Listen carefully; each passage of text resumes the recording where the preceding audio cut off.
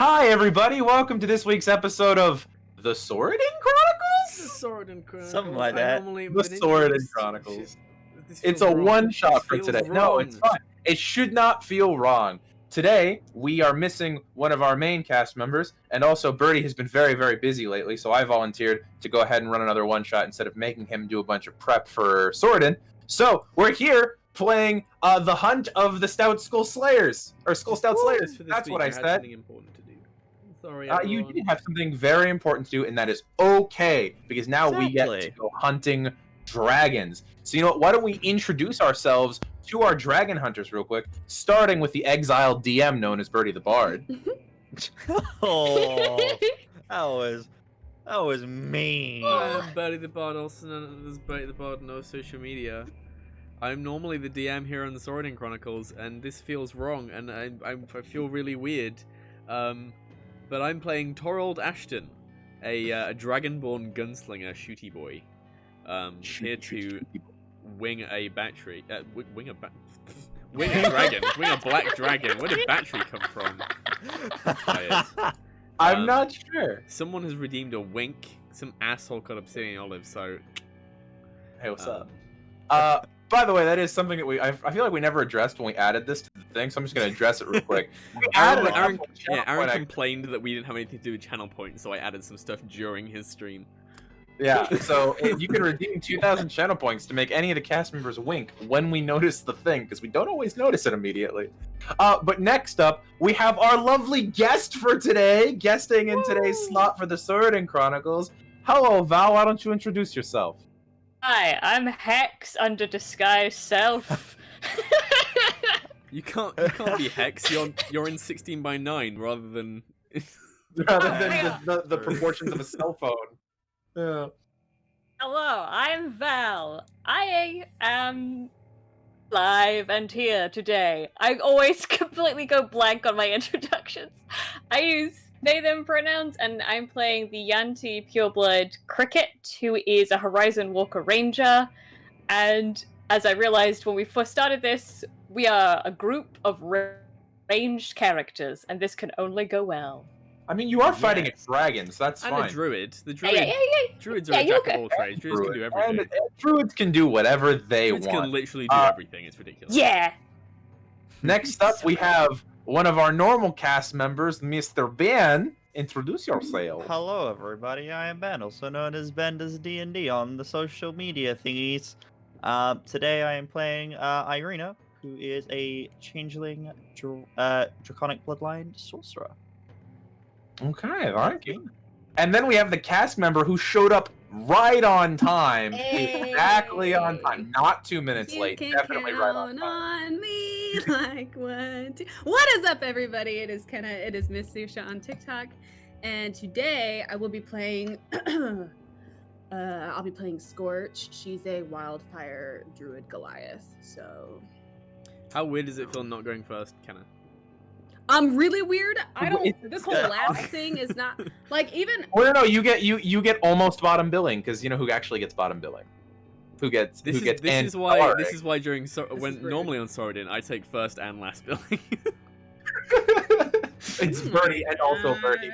Hi everybody, I'm Aaron. I'm the dungeon master for Jesus Christ the 3rd time this week. I just realized I've DM'd 3 things. 4th time since last Saturday. Since last Saturday, yeah, the 4th time. Oh my god. And I'm here to run these players through a last-minute thrown-together one-shot about fighting a dragon. Let's hope it goes well. If I fuck it up, well, TPKs are inevitable in one shot. For some murder. Wow. So, real quick, before we get into it, though, we have a couple of people we like to shout out at the beginning of every show.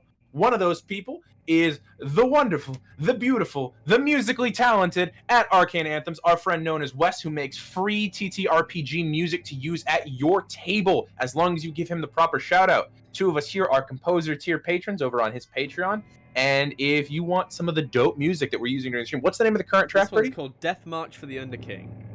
Yeah, it's a good track. It's spooky. I like it. Yeah, it's a good track. It is. Yeah. And even though there was a disagreement yesterday on our Friday stream as to what track we should have been playing, we were all there for the hypeness of Arcane Anthem songs. It was great. It's fine. Wes is on my side.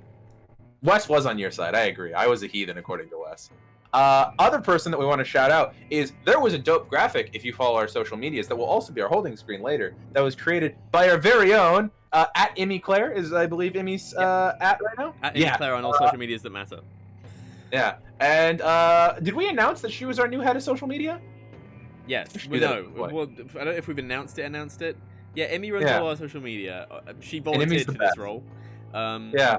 And We're definitely not holding a crossbow to her back and at we all are points. very in time. grateful because she's doing a great Very job, and she's definitely not in the Yes. room with me right now. Yeah, so those Crossbow is not currently pointed at. we wanted to shout out before we properly got into show, but now we've done our shout outs. It's time to begin the hunt of the Skullstout Slayers. So, They give me such we Matt Mercer begin- vibes. A critical role, and then we run the intro. I aspire to be half the DM that Matt Mercer is. That man, chef's kiss. I just want to hug him, to be honest. Anyway, I getting saw him into it. across the room once. So It was let's kinda go. Hunt of the Slayers take. I mean, Skull Scout Slayers. I'm gonna fight you. Let's go. You guys are 4 days' travel outside of the city of Carakleon, set in the country of Liovel, not in our normal setting of Sorodin. The four of you are members of a guild known as the Skullstout Slayers, a monster hunting guild that focuses their work on large creatures. There are other guilds that focus on getting rid of infestations or warding off large packs of animals. No, the Skullstouts, you Slayers, are here to take down the largest and scariest of the beasts. Recently, your guild assigned you the job of taking out a younger black dragon who had been spotted in DM opens his notes in the Deramos swamps to the south of the Kill Forest. As I've said, you've been traveling for 4 days. It's been relatively uneventful. You've fought off a couple of undead, some elemental spirits that passed your way, but nothing that you couldn't handle thus far. You are currently traveling alongside of a large wagon that was provided by your guild full of supplies, which the players have access to the list of supplies that is in the wagon. You are also accompanied by a fair amount of hirelings that were provided to you by your guild for this mission, including for the introduction to the audience. There are your 2 torchbearers, people that you have hired to carry equipment, load and unload wagons, help you move treasure, to literally carry the torch for those of you who cannot see in the dark, which I don't think is many of you. How many of you don't have dark vision? I believe I have dark Okay. vision. I don't Well, think I mean, changelings do. I believe I have dark vision. Let me double If it check. doesn't say it in your race, you don't have it. However, that's something I'm important that you want to double-checking. think about. They are Gylus, the Tiefling. They are a roughly 5.5 foot tall aquamarine blue Tiefling. A bit on the ganglier side, but well enough to carry any equipment you need them to. There is Dianel, the half orc, half elf, who cares for Benny, your guys' donkey, the one that carries all of your supplies that are not on the wagon, the one used for moving things in and out of layers, going up and down cliffs, things like that.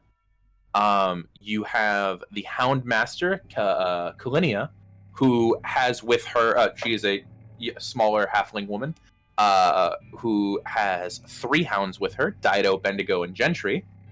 And then there is a hire from outside of your guild.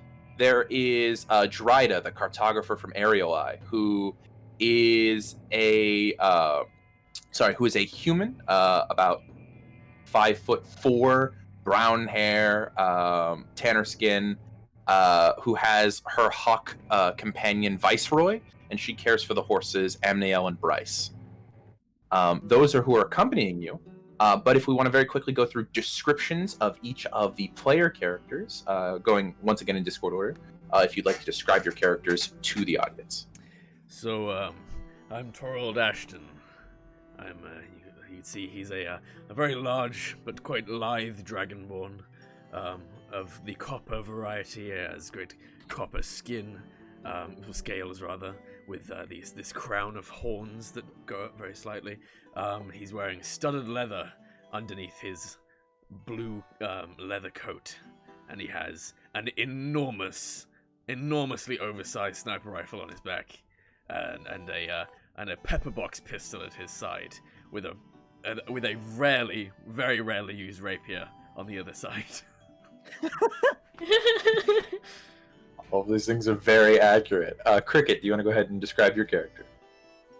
Cricket is a green-scaled Yanti with a blue and green eye. If Natalie Dormer was a snake woman, Isn't that she is already? what I paced How all dare this you. around. How dare you? Natalie Dormer is perfection. Aaron, I'm DM now.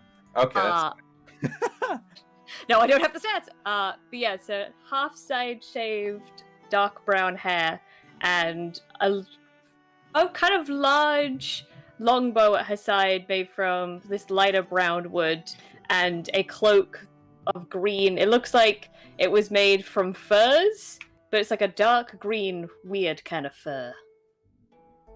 okay. Irina, do you want to describe your character? Yes. So, currently, since Irina is a changeling and can be whatever she wants to be, currently, looks like a high elf with long brown hair, pointed ears, brown eyes, and is wearing sort of loose, like a loose shirt that looks like it's made out of a bunch of like leather like strips that look like they can expand if she were to change into a bigger form. The shirt will kind of change size with her, and then is wearing kind of very loose blue, like dark blue pants as well, and then has some big brown leather boots. All right. And then last but not least, Scorch, would you like to introduce your character? Yeah, sure.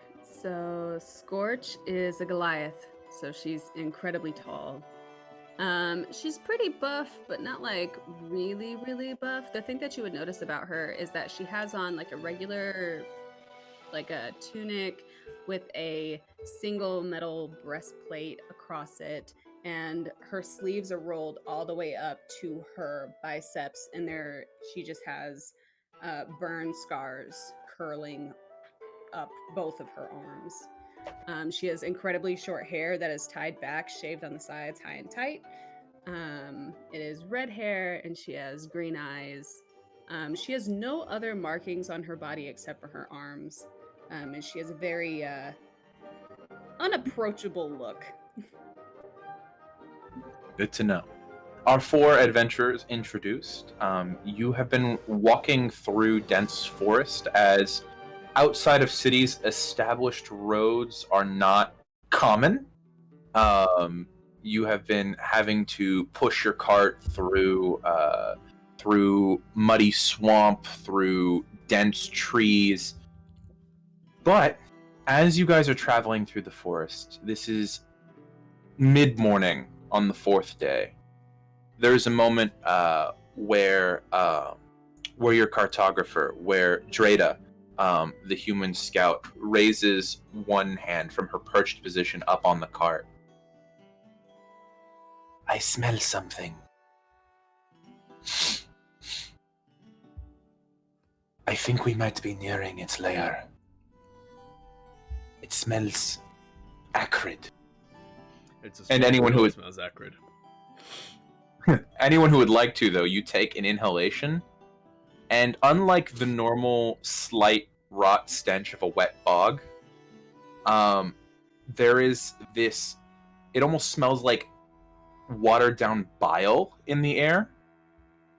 And as you take a few more steps forward, you would see that the vegetation at this point is starting to even more densely overgrow the area.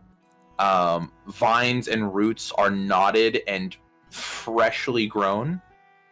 This is one of the regional effects you would know about of a black dragon, some information you would have as someone who's gone off to hunt one of these creatures. You would see that the small puddles on the ground that have appeared via rainwater or water coming to the surface of the mud,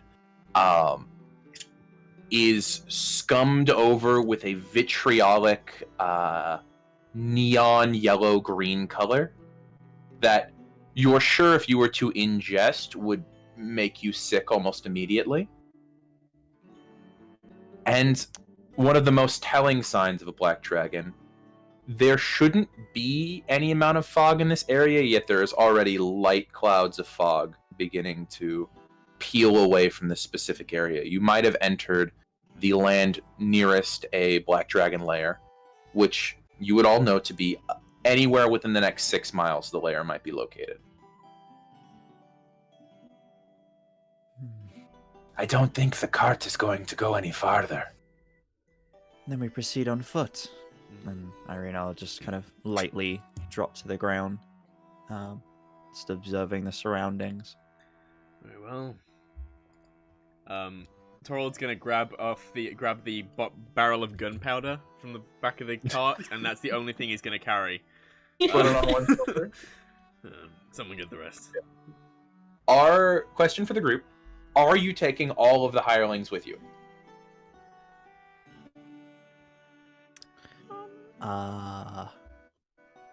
Definitely, we should definitely keep one of them at least with whatever supplies we decided to not take with us, so the wagon is safe, I guess.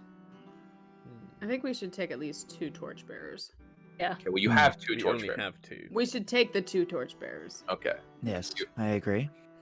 You have Gaius the Tiefling and Dianel the half-orc, half-elf are your 2 torchbearers. The 4, to reminder, the 4 hirelings are Gaius the Tiefling and Dianel the half-elf-orc, who are your torchbearers.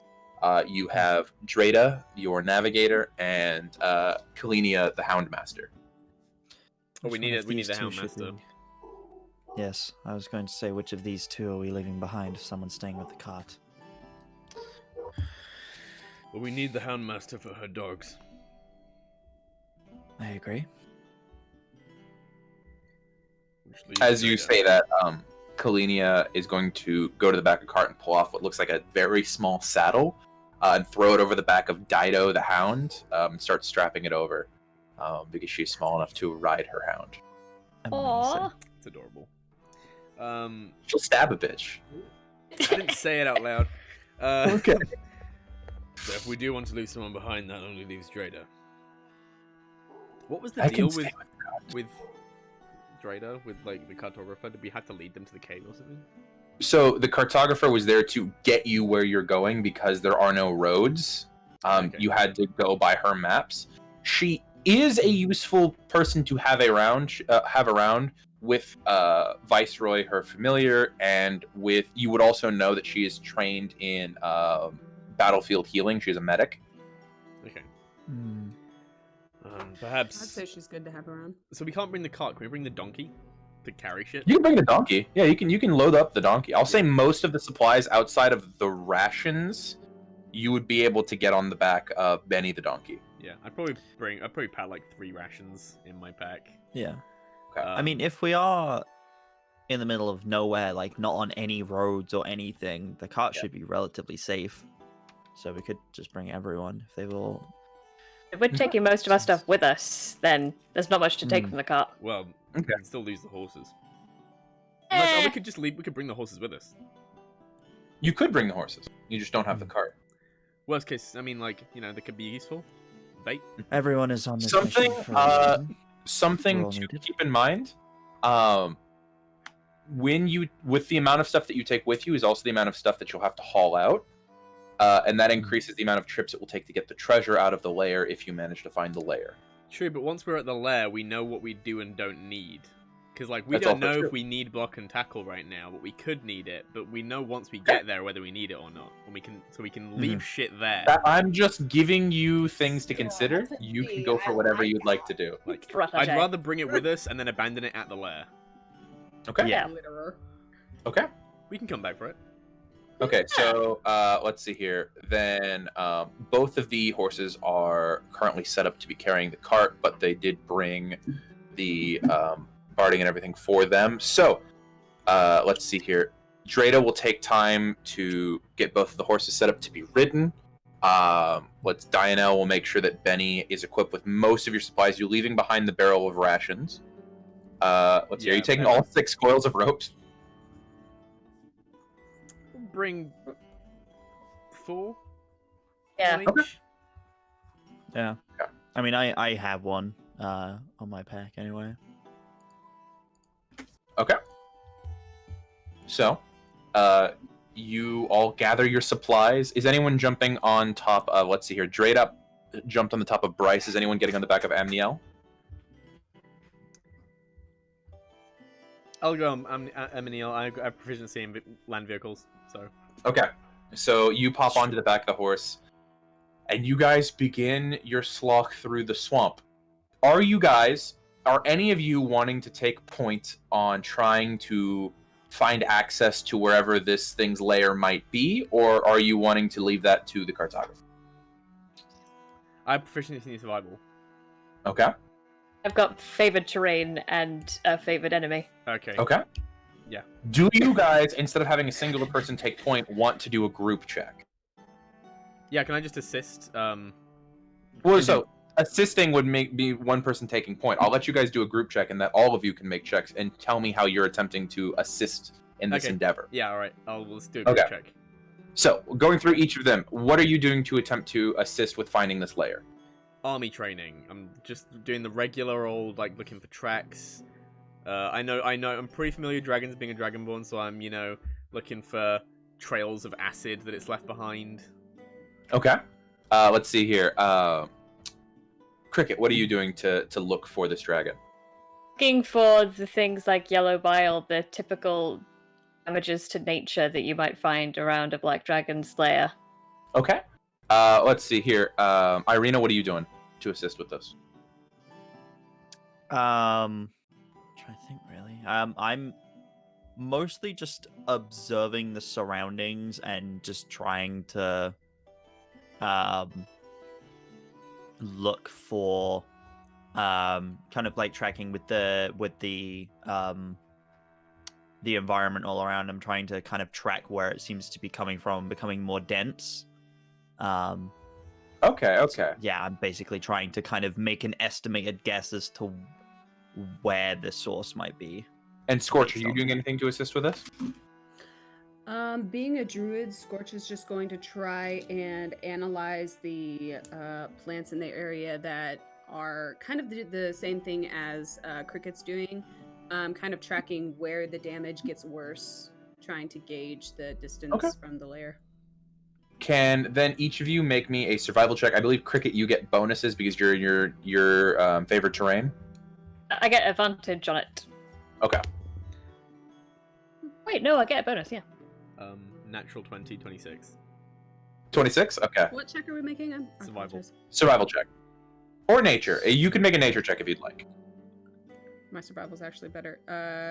19. Okay. Irina, what'd you get? 21.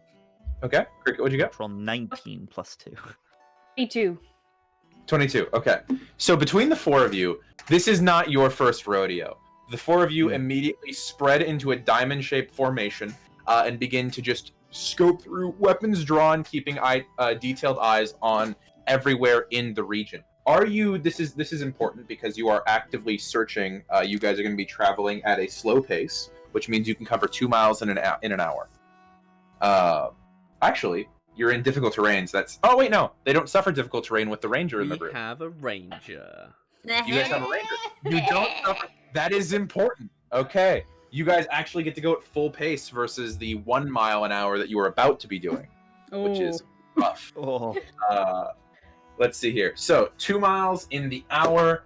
With those survival checks, you guys would eventually begin tracking, not necessarily exact tracks, because this is a dragon who can choose to come and go, fly, or even swim, as you know that black dragons are amphibious.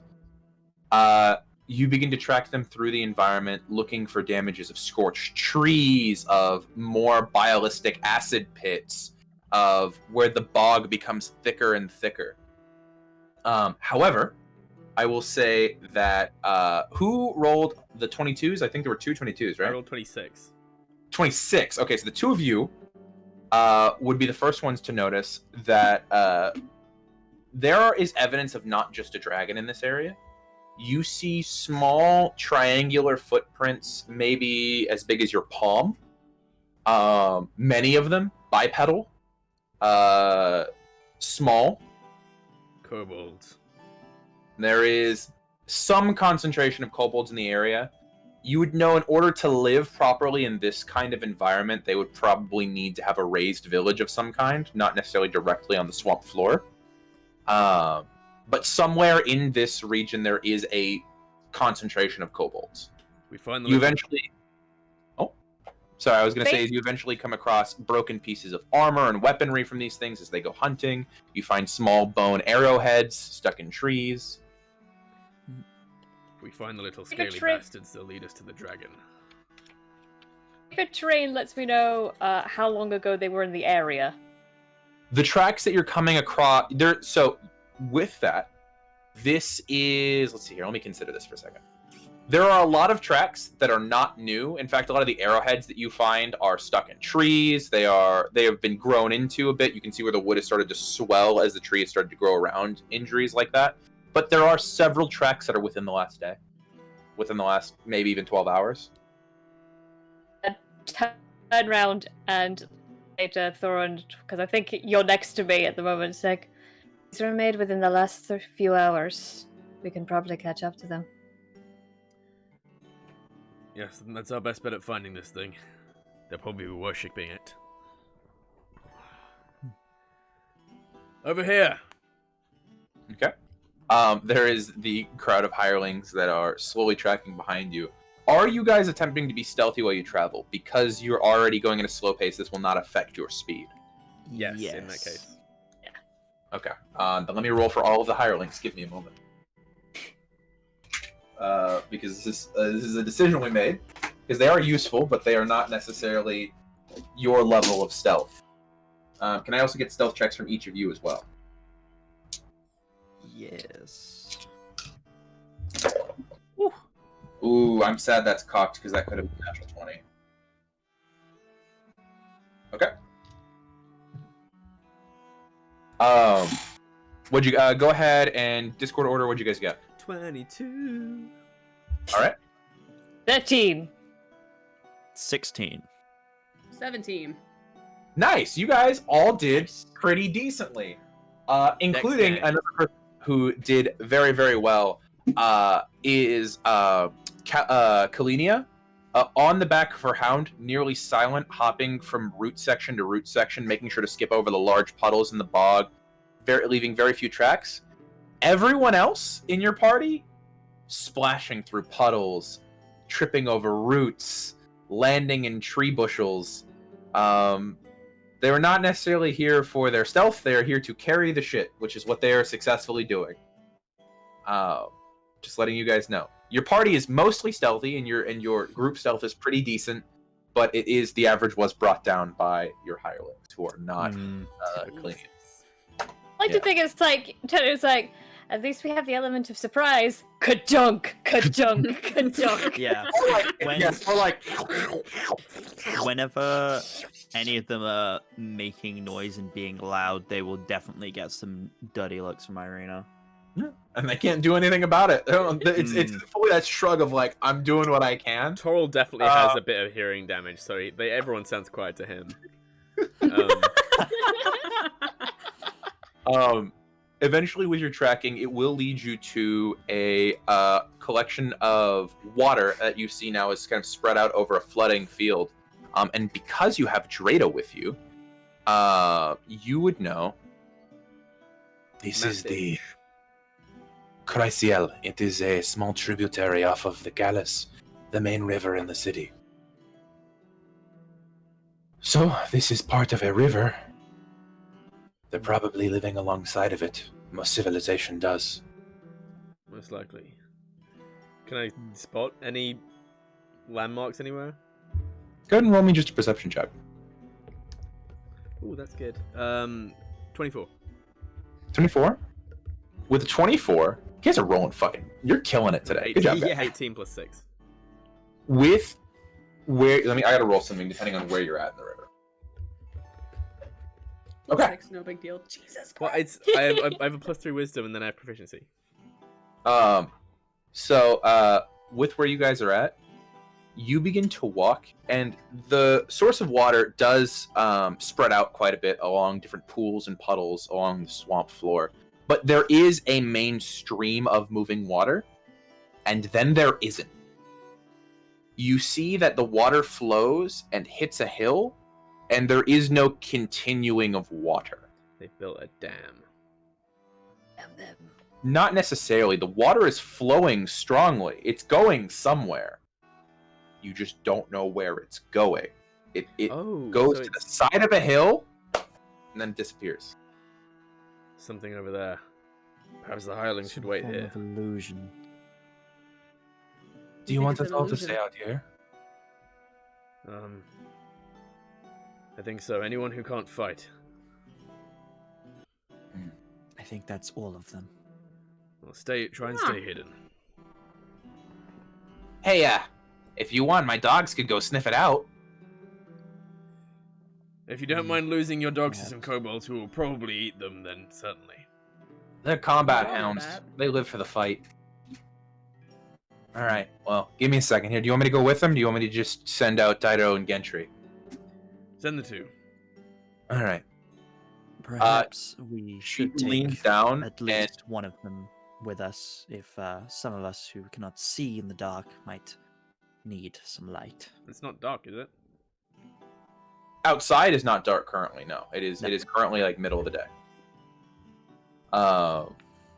Let's see here. So, Kalenia leans down, whistles to the two hounds, and says like 3 orders in Halfling. Do any of you speak Halfling? Nope. Nope. No. Okay, cool. Yeah, barks 3 orders, and barks. And the 2 of them take off. Now I need to roll checks for the doges, who roll at advantage because of stealth. Pull up the master stat block. I did something smart this week where I went and hyperlinked all of the stat blocks I would need in my notes, so I didn't have to Google them. Nice Let's see. job. Thank you. I'm ooh, they rolled really well. Some good rolls today, plus guys. 3, 20 and 21 on the forms of the mastiffs. Damn. You see the 2 dogs immediately dart off into the wilderness, and it's mostly flat ground besides like slowly sloped medium-sized hills that go throughout the bog that raise out of the puddles of water. And the 2 of them disappear from your sight. They both run and then they're just gone. And you give it a moment and another moment. And then Kalenia gives out a low whistle, and it echoes across the bog. And eventually you hear shuffling, scraping of dirt and wood debris. And then behind you hear behind you, and you all immediately turn, and crawling out of the bottom of the bog, scratching out of a small tunnel, the 2 hounds. It looks like they found some tunnels. Oh, terrific. They look injured at all, or do they look alright? They look fine. The Dido specifically is like just very happy. Oh, I give him scritches. You get Hey, he's fine now. I would be cautious about that in the future. They bite. They're not friendly. Scritches. I would risk it all for scritches, Aaron. I mean, I know you would. This is an NPC though. The NPC doesn't know that you'll risk it all for scritches. So what are you guys doing? Well, Right, well, it looks like they have an illusion hiding that place over there. that's what I thought. Well, if there are tunnels down there, as I said, some of us can't really see in darkness, so perhaps either we take one of these with us, or we may need to light some torches ourselves. As you say, we take one of them with us. Gylus and Diana look at each other and just. And they do a couple rounds, and Gylus looks very happy, while Dianel just like shrugs the shoulders. Okay, who lost and who won? Dianel definitely lost. Okay, so Gylus. You won. Yes, Skylar, You would won. definitely Come on be with best us. for this. And they like shrug their shoulders, and they just like look utterly defeated as they walk over to the donkey and start pulling off torches. Well, he won. He won the honor of joining our quest. Oh, yeah. Exactly. Yeah, Gylus is going to take 3 torches, strap them to their back. They're going to put one in their hand, and they're going to take one of the pieces of rope, like one of the bundles of rope. So I'm going to write down what Gylus has on them so that later, if you need to ask me, we'll have it. So Gylus, Hey, Aaron, what's on this corpse? you make the joke, but Yeah, He's no, got 4 I hit know. points. I He'll probably die. he has 4 hit points. Yeah. He's probably gonna... Fine. He's also going to take 2 hunting traps and carry those. Nice. Aaron, Or, are sorry, there they're any going to take 2. untainted leaves I'm nearby? gonna bring the gunpowder. No, there wouldn't be. You don't even have to check. There isn't. Everything is boggy and brown and black and wet. Let's see here. They're also going there. There's a moment where Gylus walks over to the back of the donkey, where is this large ceramic jug, and they pick it up. Nope. And they set it back down because it's too heavy for them to carry with all of the other equipment they have. But they were What's going in there? lantern oil. Oh, here, I got it. And Scorch is gonna pick it up and Are there 8 carry it. flasks? So it's 8 flasks worth in the 1 gallon of Okay. oil. Yeah. I just figure sometimes we need to set the lair on fire, so we might bring the... Because we don't have lanterns, we brought torches. I brought the oil in case. No. I like how you think. Okay, yeah. Yes, we definitely need the oil for that. Well, I saw you use that. It doesn't burn and explodes. The oil burns. Yes. Things work together best. Nice. Well, Oh my can god, you guys could burn it set and blow trails it of up. oil to the barrel, Yep. to the blood. Oh, this is horrifying. I don't like this at all. Okay. You don't even need to fight the black dragon. We're just gonna blow up the lair. That's Scorch is fine. gonna take a tainted leaf, Mhm. and she's gonna hold it in between her fingers, and Tainted it's leaf. slowly going to kind of burn at the edges. Mhm. And as soon as she's kind of like cleansing the leaf with fire, and then she's going to snap her fingers, and As- the leaf is gonna tear, and she's gonna make some good berries. Okay. Right as you start singeing the leaf, there's this awful sulfuric smell, and black smoke begins to issue off the edges of it. But as you take your hand, you snap your fingers, and a blaze of blue flame cleanses it, and there's this slight smell of wood smoke, apple smoke, good smell. And as you do so, it conjures 10 slightly glowing red berries in your hand. She's gonna put them in her pocket, Okay, and so then you have she's gonna 10 say, berries. "Yep." She's gonna say, "Better make this dragon leave, or I'm gonna have to burn this forest to the ground to cleanse it." You you look over at that point to Dreda, who has been mapping this entire time, and just reach into their pocket and pull out like the large erasing clay that they used to get rid of the charcoal marks. I'll be ready to redraw if we need to. Sounds good. Thanks for this. I get noticeably tenses at this. Oh, thank you. Yeah. So you guys are taking just Gylus with you? Yep. Okay. Yep. Torchy boy. We will wait up here if you require anything. Right. Well, If it's extensive, take we too may be long. up to collect you, but if it's only a small place, Okay. we'll clear it out. None of you are small size, correct? Okay, good to know. no. So, you guys walk towards this hill that you see the water disappear to, and as you get closer, it becomes very obvious that this is not an illusion. you see that as the water hits the base of the hill, there is a gap maybe 2 inches above the top of where the water hits the hill that you see empty space, and you realize the water is pouring underground. Ah. So the dogs just straight up fell into a hole. The dogs were not soaking wet when you saw them. They did not go in through the river entrance. Hmm. They found tunnels of some kind. But also cliff diving. Fun. Fun. I don't want to That's get the powder wet. Oh, that is a point. I mean, unless you want to create a river of fire, I don't think the oil should go in it either. We keep the on the donkey. We keep the torches in oil paper if you wanna use that for the powder till we get there. I also don't want to get my weapons wet. They don't work so well in water. I think he I just doesn't want to get wet. You just don't want to go off the cliff. I think You notice that in whenever such an environment, Torald the has water been should going be through avoided. whenever Torald's been going through the pond, the puddles and stuff, he's got his gun well above his head.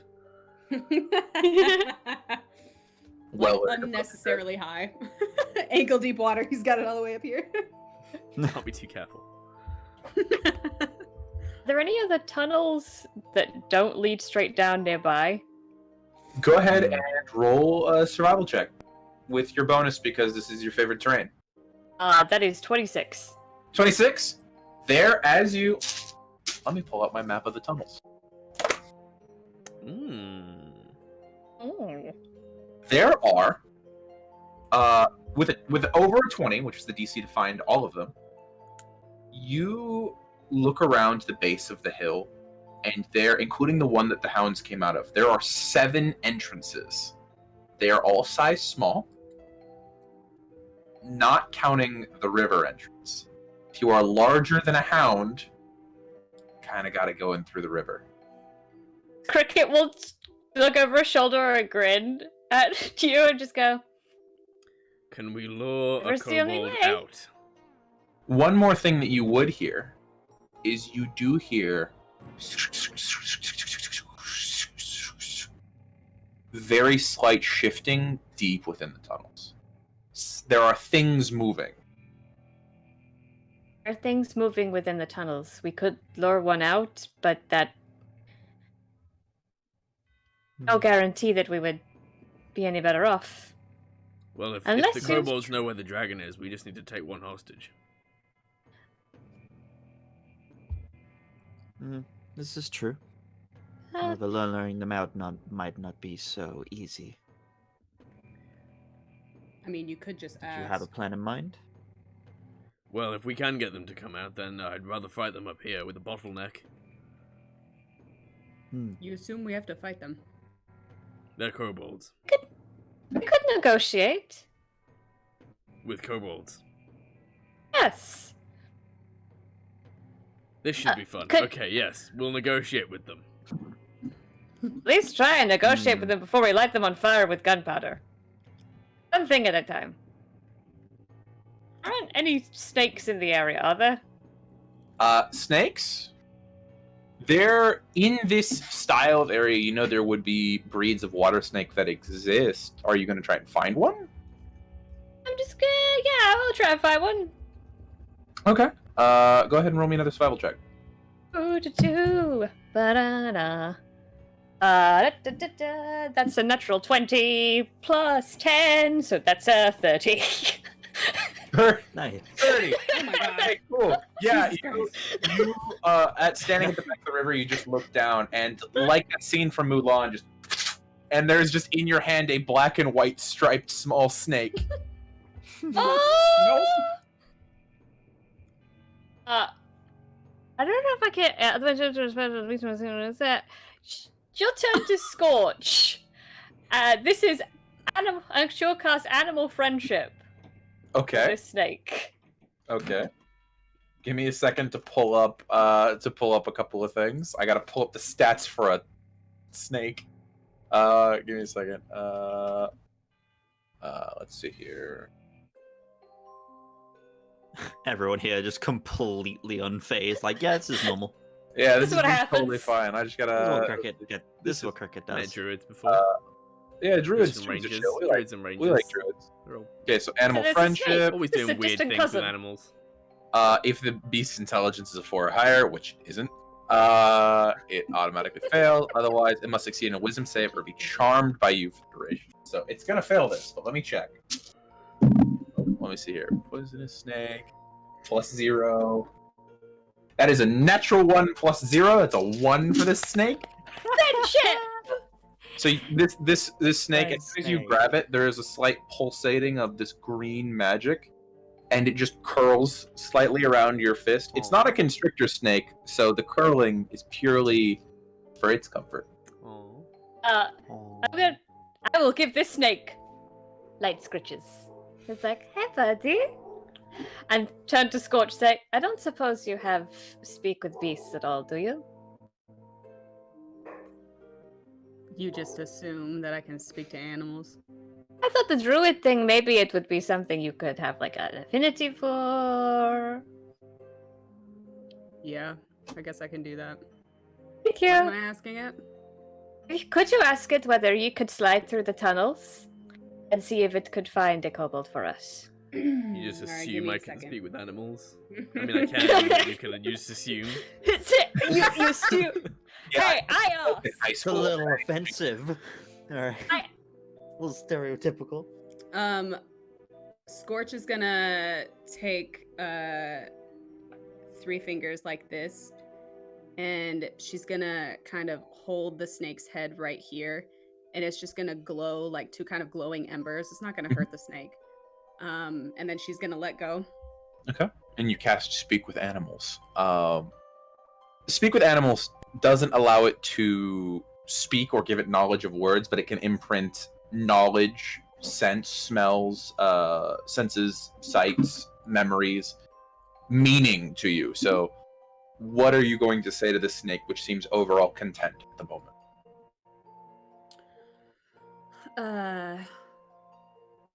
Where do the tunnels lead? Roll for snake knowledge. Pretty good. You immediately are imprinted with images in your brain of flashes of lots of small tunnels, running feet, of large pools of liquid in an underground cavern of some kind. Massive, more than this snake can comprehend how big. To be fair to you, massive, more than a snake can comprehend, can be anything bigger than like 10 feet. Yeah. Yeah. What's in the tunnels? You get smells versus images this time. You have the smells of this memory imprinted of the snake inhaling, the forked tongue flicking out for a moment and retracting to taste the air. And you smell lots of small reptilian scents and then one vitriolic large scent. Oh. I think the dragon might be underground. You do know that they are amphibious creatures, black dragons, and they like to swim a lot. Ew. All right. I look at the snake and I say,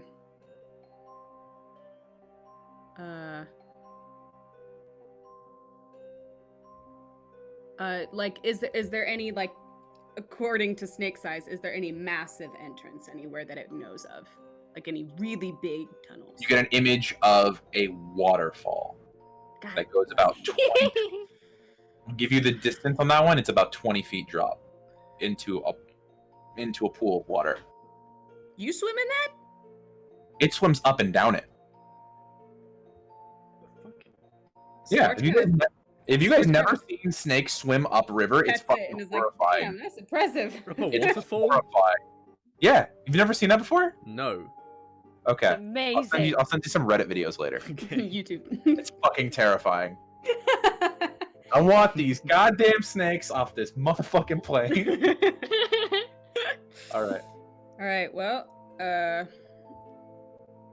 Scorch is gonna look at Cricket and be like, well, Looks like there's a lot of small kobolds, maybe, and then I think I don't necessarily know if it's kobolds. It's just lizard stuff, right? Also, pretty sure. Oh, wait a minute. Wait, lizard stuff? Wow. I didn't mean it that. Wow. I apologize. According to the I'm snake, kidding. It's small serpent things. No, it's not a joke. I understand. I do apologize. Also, but this is listen. my moment as the DM where I want to fully tell my players, do not feel limited by the entrances I've given you. You can make your own if you'd like. Have them all done.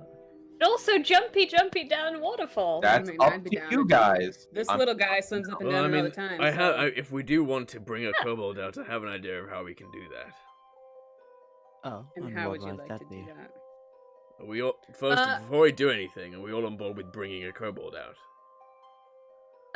Scorch is gonna look at the snake. The speak with animals lasts 10 minutes, and she's gonna kind of impart the image of a kobold to it. Does it look like does it seem like it's seen it? Snake knowledge is one of those things of like, images aren't really how snakes like talk in terms of their information. So giving it that image of a kobold, it could be what's down there. It honestly does not know. I rolled a 4 on its snake knowledge check. Yeah. All right. Well, I mean, I don't really care. Okay.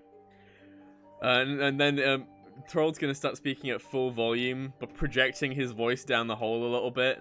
He's just gonna be like, "Oh, we're so lost in this swamp, and how are we going to get all of this meat back to the city before it rots?"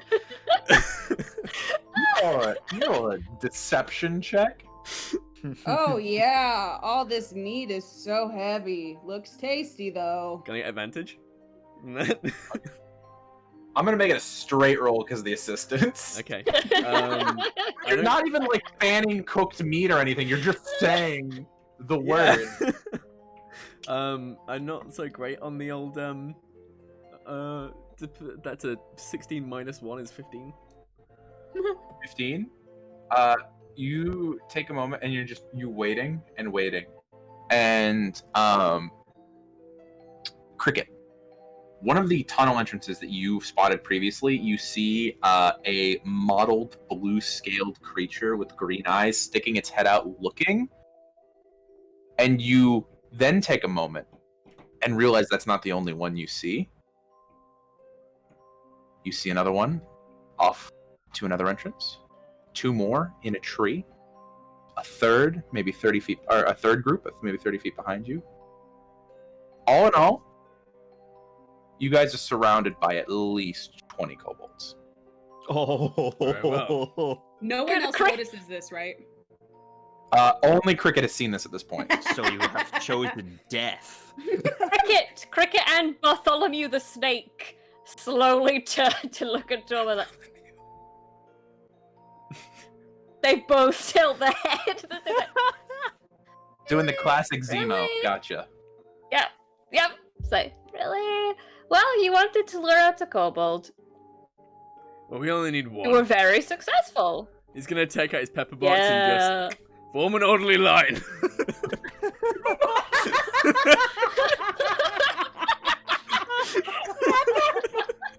Let's see here. How many of you? There's 6 of you there right now. 20 kobolds. They don't outnumber you 3 to 1 yet, so they will not be leaving their spots. Ooh. And by the way, Cricket, as you're watching, as quickly as they appeared, they all sort of slink back into their hiding places. And if you hadn't seen them, you wouldn't know that they were there. Did we all see them now? Like, No one asked to have seen them in that time. And it's one of those things of it required an extremely trained eye to see them in the first place. It's almost as if range isn't useful, Kate. It's almost as if. Yeah. Can I roll perception to see if I see one? Go for it. I have a passive of 15. Yeah, go for it. You wanted to go with that is, diplomacy. As a 13. They are at this point Passive of behind 15. full cover. They cannot be seen. Fuck. Can I try and cast Really wanted to suggestion on one? Is suggestion line of sight? Or is it just one creature that can hear you? Magically interfere is a creature you can see within range that can hear and understand you. So you're gonna have to be able to see one of them again. If you want to go look for one, that's fine. I got 3 days. I took 3 days of rations off of the cart. Yeah, you did. I'm gonna throw it into the mouth of one of the tunnels. Immediately, it's like when you leave a dog alone with like a plate of bacon. I would throw it in not too far that they could grab it without coming out. Oh, okay. So Well, it would be like all I want is far enough that if they do come out and see it, we can see them grab it. Okay. Not enough that they would have to come all the way out of the tunnel. Just enough so that the ranger. So that what are you imagining your rations look like? This is gonna matter. Dried meat, jerky. Okay. You see, as you toss it in,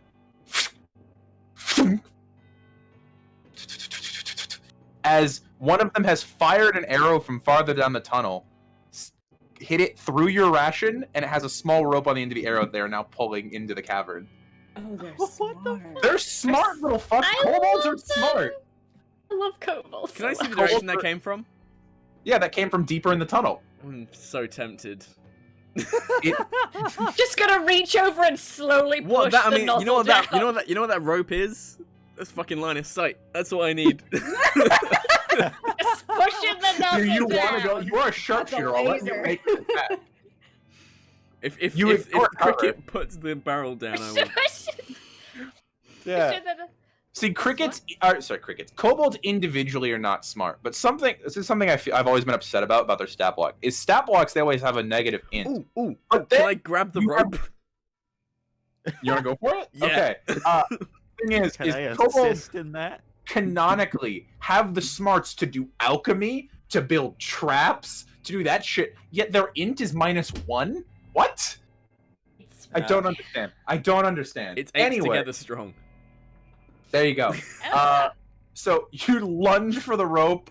You're getting assisted by Irina. Go ahead and roll an athletics check. Athletics, okay. Ooh, 21. 21. As soon I'm as, you rolling start real pulling, good. I like this die today. as soon as you start pulling on the rope, there's a second where you feel slight resistance, and then they just let it go. They just let it go. It's like fishing. I hate these assholes. Great. Throw the I just need a arrow good. down. I just need If a I- good look at one of them. If I go up to one of the tunnels where I saw, can I see them at all with my dark vision? 60-foot dark vision. Let me see here. Let me roll stealth. They have advantage. Well, no, they don't have advantage against you because you're full dark vision. With stealth, that's going to be. What's your passive perception? Yeah, 15. Yeah, same as Irina. Evan. That's gonna be exactly at your passive. So meets it, beats it. You would not be able to see any kobolds down in the tunnel. Ah.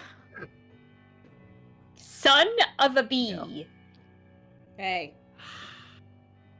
I just need one good look at them. That's all I need. It's up to you guys. What do you guys want to do? I've given you a solution that has no clear answers. Come up with your own answers. Mm-hmm. My character sheet is full of has 2 things in it. Roll the Shoot barrel them, into the hole Or and blow it them up. up. Those are my 2 choices. Let's see here. Scorch, can you roll me a D100, please? Sure.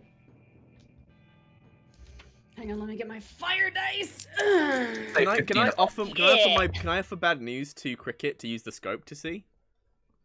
The thing with it is it isn't necessarily sight; it's dark vision and light sources, and they are at the edge of Cricket's dark vision. Okay. I got an 80. 80. 80. Okay, good to know. God damn. I Does hate the when you do does that. the tunnel Yeah, I go, don't like that.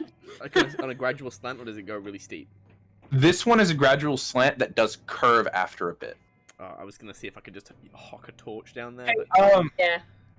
Irina, can you change your size category with your changeling abilities, or is it just your? I believe so.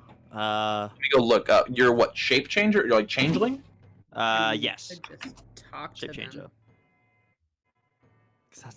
Because I was gonna say, I was like, would I have seen a kobold before? You've definitely But- seen kobolds before. There are kobolds in the lighter society. Kobolds are around.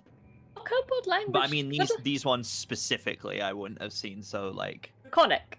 if Yeah, I I tried speak to, if I Draconic, tried to so- change into one Yeah, and go cool. down there, they'd be like, "You look different." You And would I- also be aware that kobolds speak Draconic, yes. Can I, in Draconic, at the corner of this, is this trying to say, "Hey, there's plenty of food out here for you if you come out, and I promise I won't let them. That dragonborn there? No, I will not let him hurt you. I am going to stand in front of this and make sure he doesn't hurt you. Bartholomew and I are very invested. You're still holding the snake. I am still Well, the holding thing is, Bartholomew. animal friendship lasts 24 hours. Roll a It's persuasion like check. wrapped around my arm. Pardon? Roll a persuasion check. Okay.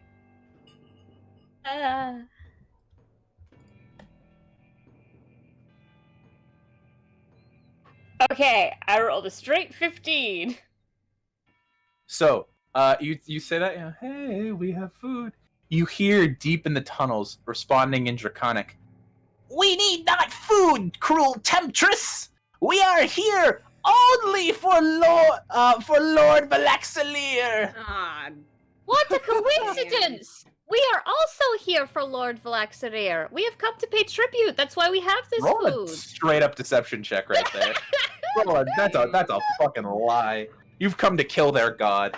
Scorch, No. Scorch is gonna turn towards Thorold and be like, Torald. "Alright.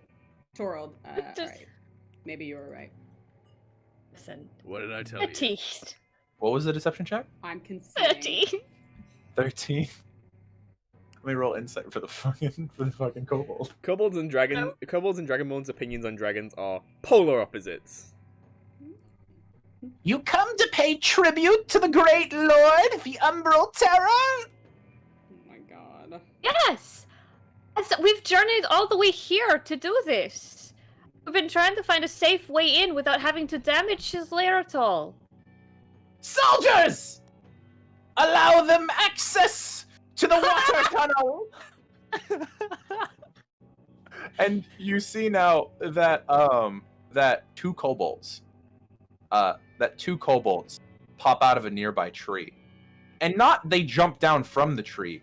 The trunk physically shifts open as they had a perfectly painted wood shield in front of the tree that looked like the base of the tree.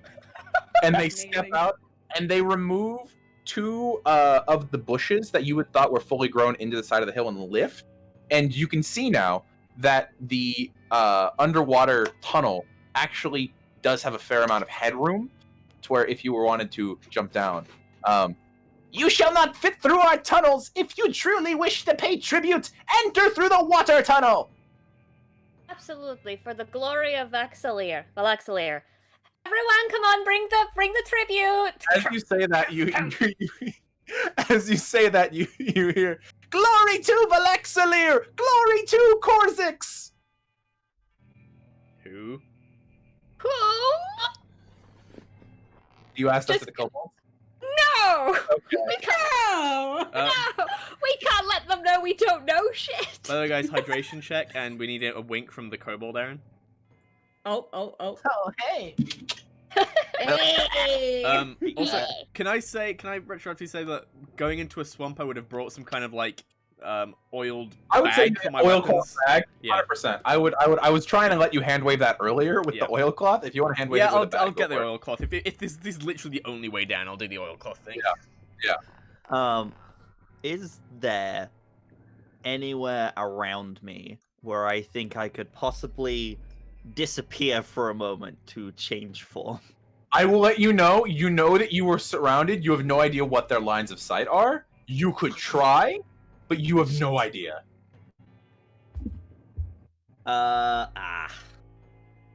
Crap. You just need to get Is into it a the big middle of a secret that you're a big group changeling? of them and then do it. No, I think he's trying to hide it from the kobolds that he's. Yes, I'm trying to change into one so I can pass as one of them. I will say you cannot change your size category. I did look that up, so you can Okay, look like a I can just kobold. be a but you'll be an very tall totally kobold. The god of kobolds. No, they already have. How dumb do you think they are? Do you think I can convince them that I'm a big kobold? No, they know what Dragonborn are. It's not like they've never seen anything. They're a bit easy to fool, but they're not gonna just take whatever thing you throw at them as truth. Okay. Oh man.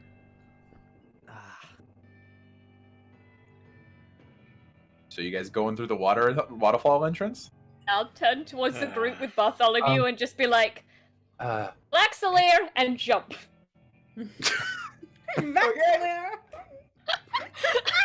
Okay, you jump. Who else is jumping? I've got the barrel of gunpowder over my head, and I'm jumping in. Okay. Didn't it say it was 20 feet down? It is a 20-foot drop into a water pool. I'm again letting you know these things. I did. Did I not Okay. say that? You said I that. that out loud. Yeah, you said that before they jumped. They still chose to jump. Are you jumping, Scorch? Sometimes. Yeah, there was something I had wanted to do beforehand, but I don't quite remember. I feel like but we yeah. all would have waited to jump. see if Cricket broke her legs. Okay. Cricket. Yeah, that's fair. You jump. Roll me an acrobatics check for the dive. See if you belly flop or not. Do a flip. Sure thing. Sure Flip. thing. Acrobatic. Does an 11 make me die? So it's gonna make you not take half damage. Is what's gonna do. Oh. That's okay. You know what? Fun times. too bad. I wanted Not to do too bad. this. You take 6 points of bludgeoning damage as you awkwardly hit the surface of the water, and you stick for a moment at the top of the water from just surface impact, and then you begin to sink in the water, treading. Water is easily deeper than your legs can go, deeper than you can feel. You are in pitch blackness, though you do have dark vision, so the small amount of light filtering in from the entrance. Within 60 feet of you, let me pull out my map so I remember where exactly you are. Within 60 feet of you, you can immediately tell that this pool is about 10 feet wide. So had you not jumped exactly at the entrance, you might have missed and hit stone.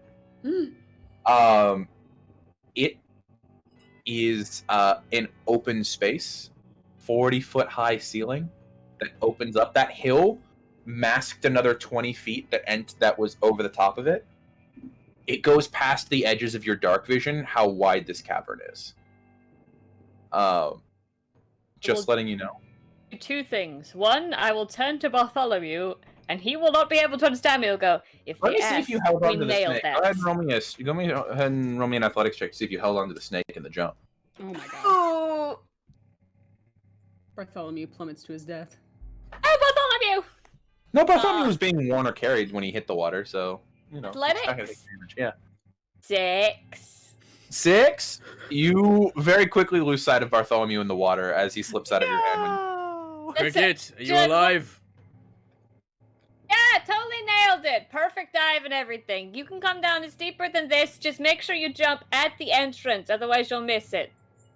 And give it 2 seconds while I swim away from this entrance. I just swim away so they don't land on me. As you are speaking, light amount of misting water makes it into your mouth. Tastes fucking horrid. You immediately feel your stomach lurch a little bit as this liquid is rotting water is almost what it tastes like. I go to yell up that it sucks, then remember the kobolds and go, it's great down here. Okay. You manage to Laxalair go. relatively quickly find the edge of this pool and pull yourself up onto this stone cliff face. And the floor is actually relatively level. It is scratched and clawed in places, and sections of it are smooth with pop marks, with small bubbles. It looks like the stonework of this cavern was completely carved by hand and acid of this dragon. But the rest of you are going to jump. Oh, actually, before you guys jump, there's one important matter. Gaius goes, I don't know if I can survive that jump. Very well, me we should carry probably you. use a rope. oh, I didn't even think about a rope. Yeah, we can do that. And Are you they new, pull. Gallus? I joined 3 weeks ago. This is my second expedition. No. What was your first? My first one was we had to go hunt some werewolves in the Kill Forest. I just Oh, carried the that silver is weapons. Did Quite Yeah. the promotion you- then. Did you make the guildmaster angry? No, I actually proved myself quite well. Very well. Okay. Well, if you can And- secure a rope. Okay, yeah, they very quickly pull off one of the ropes, and they're not tying jobs. Excellent.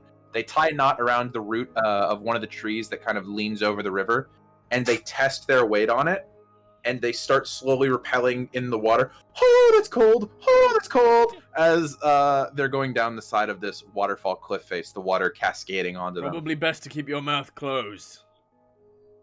Heard. And they slowly rappel. Yeah, rest of us gonna start going. Yeah.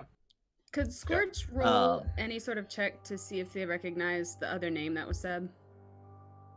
You can. I will tell you right now that because you're not going to succeed, I won't make you roll a check. You've never heard this Okay. name. Never heard it. What was it again? Just so What I was can the write it second down. name? The second name was Korzix. Or 6. Cool. What is this? An organization 13 member? It's actually Oh. spelled with a Z and not an X. Better be spelled with a Z, and if they don't have an epic anime hairstyle, I'm gonna be so disappointed. I have a feeling you're gonna be disappointed. Damn it! So you all make your way to the bottom of this cliff face, and immediately Gylus takes a torch, takes the sparkler, lights it. Bright light out to 20 feet, another dim light out another 20 feet. It's beyond the ranges of the torchlight, how large this cavern is, and you guys hear movement of kobolds in the darkness, but you cannot see them because they are farther than your dark vision and farther than your light source. So as I'm rappelling down, I'm guessing we're somewhat obscured because we're kind of rappelling into falling water. Yeah, as you're coming down, absolutely. Kind of as I am obscured, I will change to become a very tall kobold. Okay, yeah, you can become a very tall kobold. Yep. You're a solid foot taller than the rest of the kobolds here. Cool. Got that height advantage. They followed Yep. us. It's the biggest kobold I've ever seen. On your knees! Idiot. My int's 8. Nope. Love No. Could use it to our advantage. That's why I changed. Oh, very clever. Yes, we're quite. We're escorting you What are you here guys to up to? pay tribute. Is there any trace of the dragon recently in here? Or any Roll a survival tracks check. in here? Da-da-da-da-da-da-da-da. That's a natural 1 plus 10, so 11. Pass the DC of 10. Because there's a very obvious thing right outside of this particular entrance. There is a large dribbling puddles of acid that is bubbling still in the rock. It came through this entrance recently, one direction or the other. I'm gonna... And to the rest of the group, just... It either just left or just got here. I'm just going to... Nope. And gesture. Okay. As you make this gesture, I will remind you that you have been yelling while you've been in the cavern thus far. But we don't need to give it any more advantage of where we Well, are. I know. Just letting you know. But you are in this expansive cavern at a small pool. You can hear the sounds of moving water, of moving creatures. You can see the ceiling above you at the edges of the light glimmering. At the very edges, with say the last 5 feet leading up to the walls, it lowers down to about 20 feet on a slant. Let me just check something quick. Cricket. I am expending each of your first random rolls for your perception checks as you enter this room. Cricket, on a nat 20, you would notice that along the edges of these walls, there are cavern entrances not just at the sides of the cavern, but also near the top of it. And you can occasionally, at the very edges of the light, see eyes reflecting light back down at you. If you were to go to combat in this chamber, there are kobolds in the walls and ceiling. It's something you need to be aware of. Okay. I'm going to walk back to the group and just say,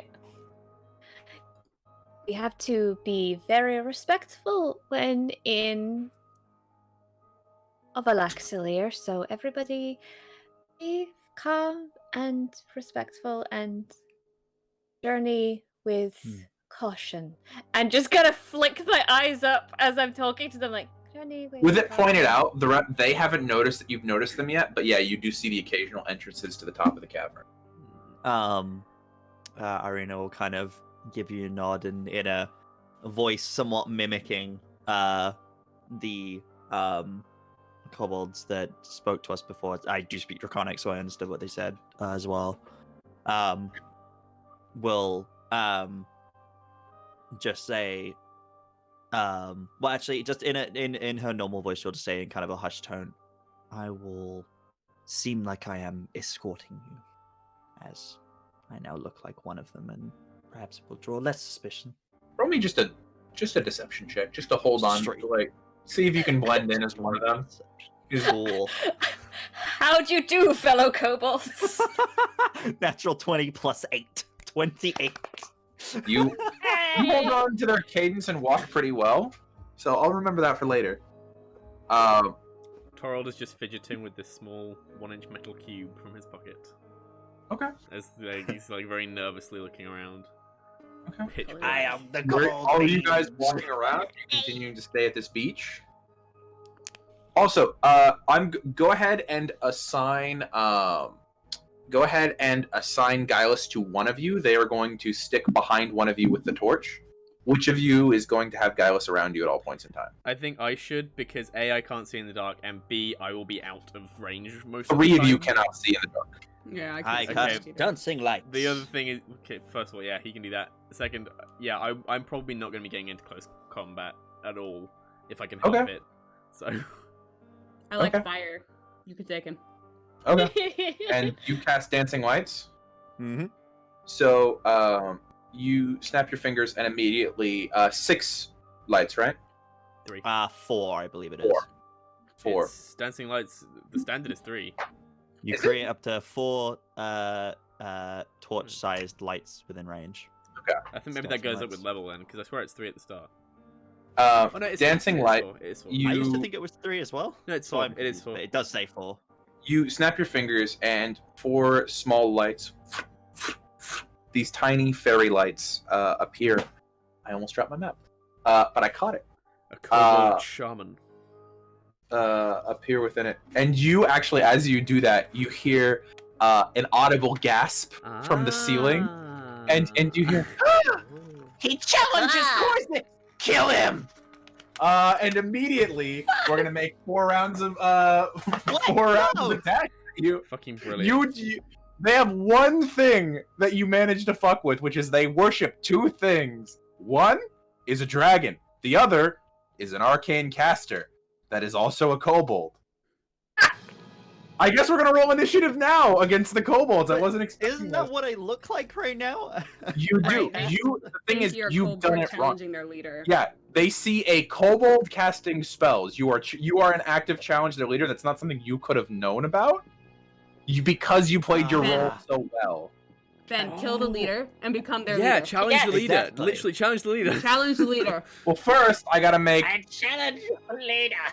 First I gotta make. See, challenge Corsix. Challenge Okay. Kha'Zix to single combat. These are at advantage. And then we'll all gank him.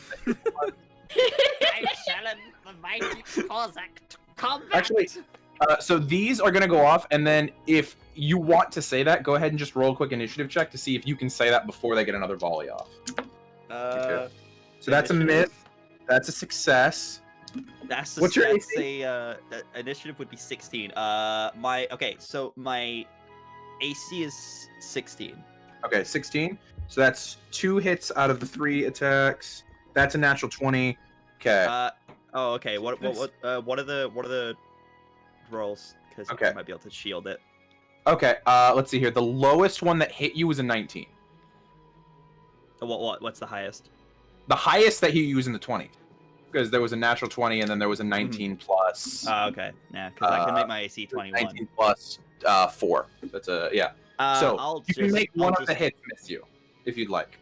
One of them? Yeah, because there were 4 attacks. The 3 natural hit is you. gonna and hit you you anyway. I'll Yeah. just let them. I'll just Okay. take the hits. It's not a lot of damage. The first hit is gonna deal 6 points of piercing damage. The second hit, You say it's actually gonna deal 8. but he is very Really squishy. well. So she is very squishy. And then 11 points of damage on the nat 20. So Six, 6, and then 8, and 11. and then 8. Yeah. As you Cool. All right, let me roll initiative for the kobolds to see if they Oh. can get it. No, they fail. So you can say what you're gonna say real quick. I'm going. So I say that. I say I challenge the mighty Kozak to combat, and then I'm going to bonk my staff on the ground as I'm going to use a healing spell on myself. Cause ow. Okay, are you trying? Are you saying that in terms of scaring them into letting you fight them? Are you trying to persuade them or are you trying to are you trying to scare them into letting you fight them, or persuade them into saying I'm cool enough, I should go get to fight the leader? What are you trying to do here? Make a decision so I know what skill roll to assign to it. It's So wait, what are my choices here? Persuasion or intimidation is essentially what I'm. Intimidation. I'll be an You intimidation. said it Then. very darkly. I challenge the leader, and Yeah. as you do so, And then all the wounds that I've taken from their shots just heal as I'm going to use a healing word on myself. He challenges Korzix. No, sorry, I cure wounds even. We let him challenge, and then we eat him when he loses. Fair Sounds- enough. Sounds fair. We agree to walk these forward, terms. challenger. Kobolds? Cannibals? I mean, they kind of eat whatever they can get their hands on. They're in a dead swamp. Yikes. Ooh.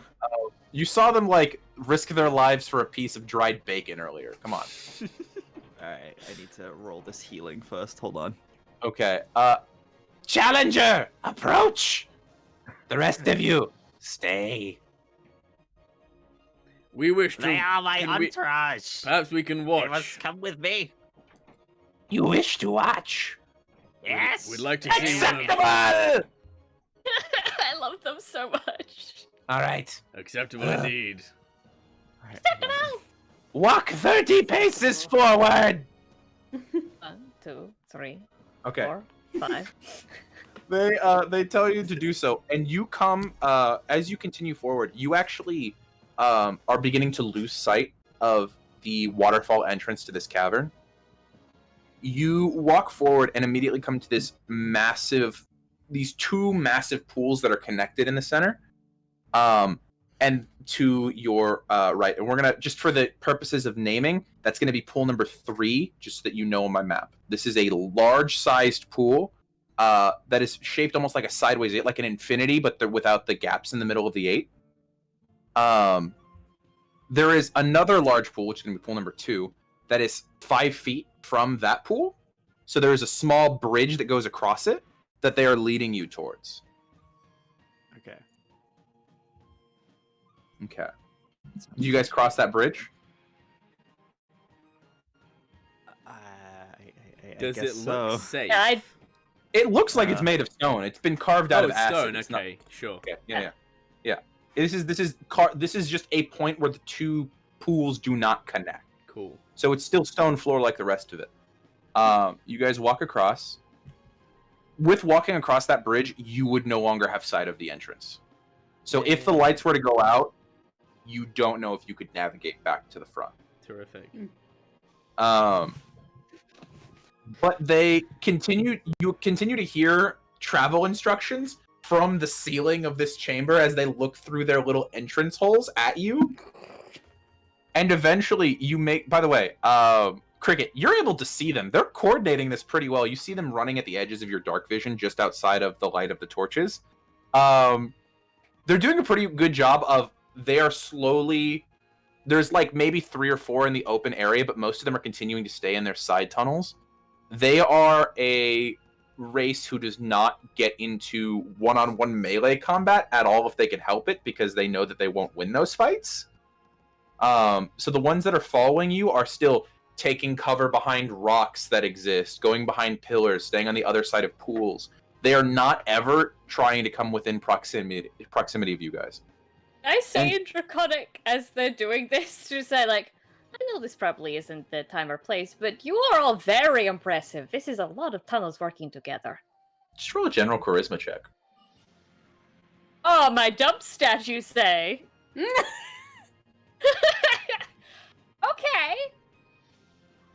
Okay, 17. 17!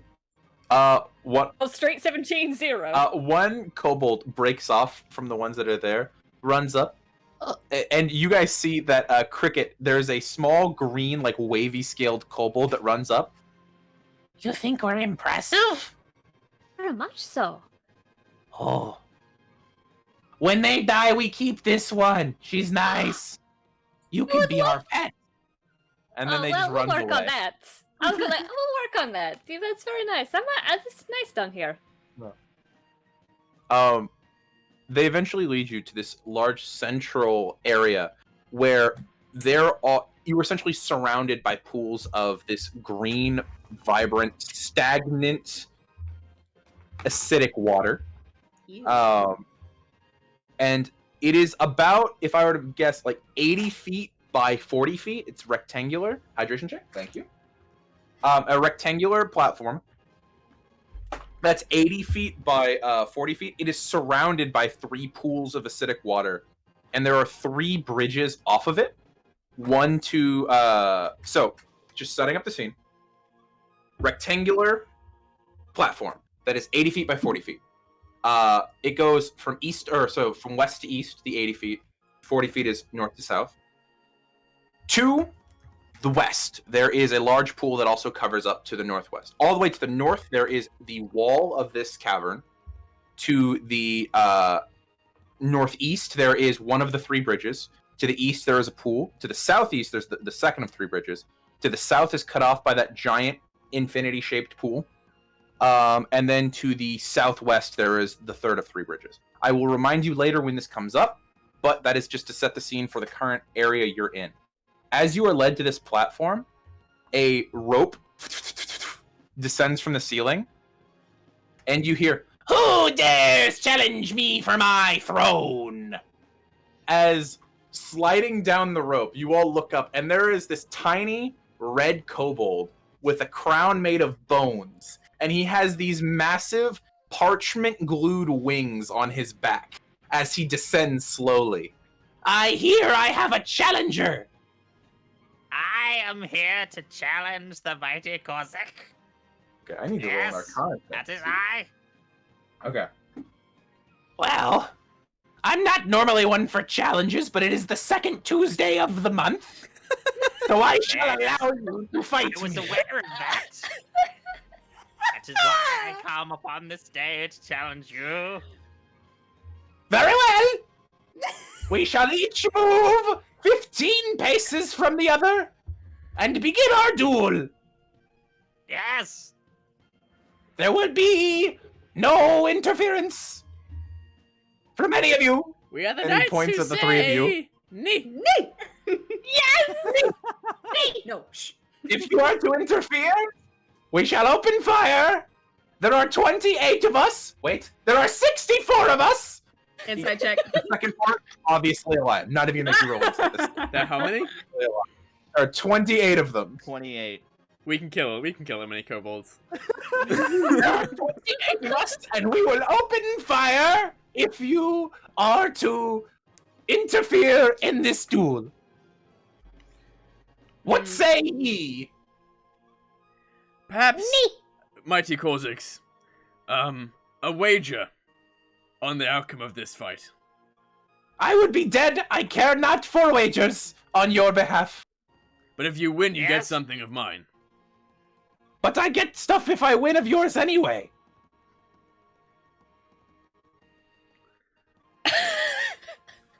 Whatever.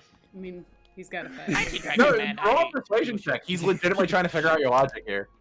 Okay, that's a 12. He's listening.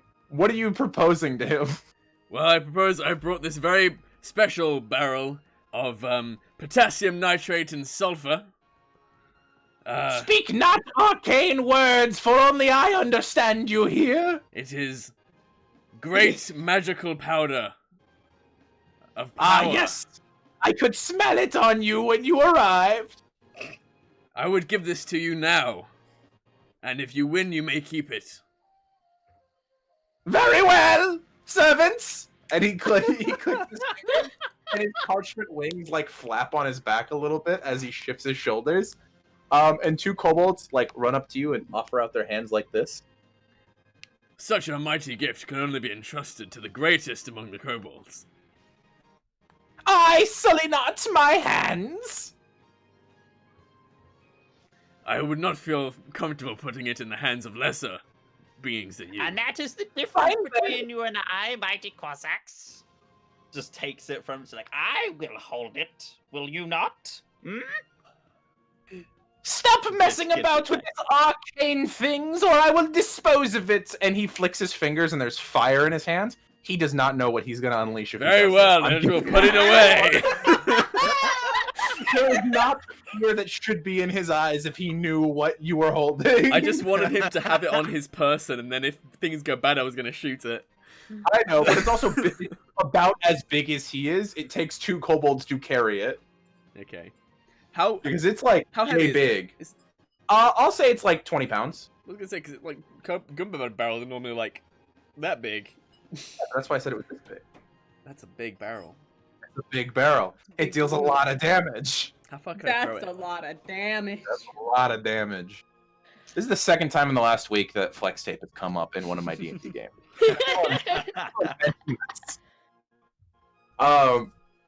But you see, he thrusts his hand to the side, cracks every bone in his body.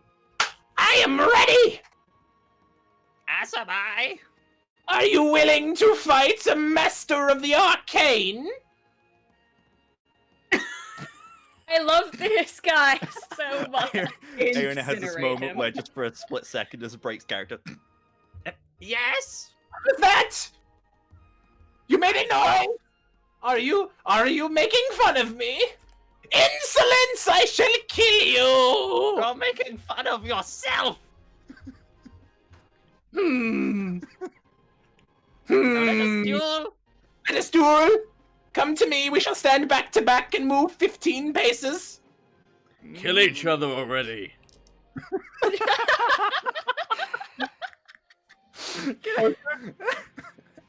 You go stand back to back with him. Sure. As you do so, you feel like him like slap you a little with the parchment wing, and then he's going on the count of 3. Next BM. kick him, will he go flying? I hear a DM question. Yeah, that's a DM question. Yeah. No, I said BM, like bad manners. Oh, Batman. Yeah, okay. Let's both go ahead and roll initiative. If you wanna- okay. Let's go ahead and. Okay. Oh my god. Okay. What'd you roll for initiative? 16 plus 3. Okay. So 18. the two of you walk your 15 paces apart. So you're 30 feet apart. And you go to turn, and you hear on the count of 3. 1, 2, 3. And you turn, and he has already turned at this point. He rolled a 20. You rolled a 19. So he's going to turn, and he's going to go ahead and cast Scorching Ray. Oh. 3. Okay, you said your AC was what? 16, but 21 with shield. 21 with shield? And Okay. I will use that if You'll use I shield? can beat it. Yeah, you see these 3 arcing rays of fire come off his hand as he goes pew pew pew. And he releases these 3 rays of fire, and you see that 2 of them are arcing to hit you. 1 of them is not. So are you going to use shield? I Do I have to use shield before I know what the thing is? I've been starting to enforce this more of you know it's going to hit you. Are you going to choose to use shield or no? Yes. Okay. You immediately bring up your blue shield. Go ahead and mark off first level spell slot. Yeah. And as you do so, you see that both of them land across your shield, splattering across, fire roaring off for a second. You guys can see the rest of this cavern. Something to point out to the rest of you, you have not seen a dragon, but you feel like you've seen most of this cavern. Just pointing that out to the rest of you. So based off of the knowledge you have from earlier, the dragon must have just left when you arrived. Does Ben? So All of our lackeys outside are okay. Arena blocked it, right? Yes. Yeah. As this happens, Cricket goes, "That's just a prophecy foretold." Roll a persuasion check. Roll a persuasion Yes. or a deception check, actually. This As will be the prophecy foretold. I will just echo that as well. Can I give advantage? Blow his head off! You immediately hear whispering from the kobolds that are like in the walls and the ceiling. Prophecy? What prophecy? I've never heard of a prophecy. Wait, prophecy! Told last year. I remember this. So you begin to hear the whispering. That is going to be his turn. Go ahead and take your turn. That's Korzik's turn. Take your turn. All right. What are you doing? So with that, the shield will disappear, and I'll spin my staff in my hand and say, Now observe as the mighty Korzak's brain explodes. and make me a wisdom saving throw, please. My God. That is a natural 20. Shit. Oh, damn it! That's half. Of course. Right. Cool. Half damage. All right. Dope. By the way, to answer a question in the chat earlier, I was asked how much of this am I pulling out of my ass? 0. This is a prepared character. That's 33 psychic damage. Halved. But, Halved? Yeah. Yeah. Okay, let's see here. Mind spike at Holy fourth mind level. fuck. Holy fuck. Okay. Jesus. That takes quite a bit. Halved. What's the half damage? 33 divided by 2 is going to be 33. 16. Okay, so he's going to take 16 points of damage. Good to know. Let me write that down here. I forgot to write down where his hit points are at. As you do that, you see blood just out of his ears and nose, and his eyes begin to bleed. Is that your turn? Wait, shit. I should have, damn it. Playing a sorcerer for the first time, I would have quickened that with a sorcery point, so I could have done that as a Okay. bonus action. I will remind you that the second thing you cast has to be a cantrip because it doesn't ignore Yes. the level 12 things. Okay, yeah. Cool, I will mark that up. Sorry, I completely forgot, Plague Sorcerer for the first time in a while. Yeah, so I would have quickened that, and then, I'll spin around again, and I will, then my hand will just ignite with fire, and now he shall burn! As I, cast Fireball. Okay, go ahead and roll the hit. Natural 20! Okay, roll damage. Plus 8. It's just like that old that's- gypsy woman said. 2d10. So Sorry, what's 40-10. what's the... Oh, just 4d10? You could do 2d10 doubled or 40-10, your choice.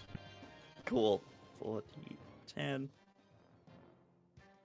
That's a 26 fire damage. Ow. What? Wait, 26. Okay, that makes sense. 13. 40-10, yes. 26. Okay, yeah. It was an Okay, 8, a 5, yeah. a 7, and a 6. You immediately see the firebolt hits him and he just goes flying into the darkness. You don't see where he lands. They've killed Lord Korzix!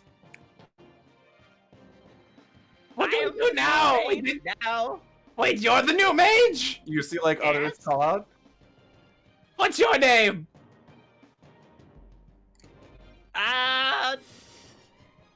You do not need. Fuck. Liam! His name is Fuck. His name is Fuck. Yes. You guys My say it, name and then is- you hear another voice go, "What in the hell is happening in my cavern?" As you turn around, and there is a moment where a head is peeking out of the pools of water. This massive, Oh, horned, Jesus. black skull. Not the largest dragon you've ever seen, but large.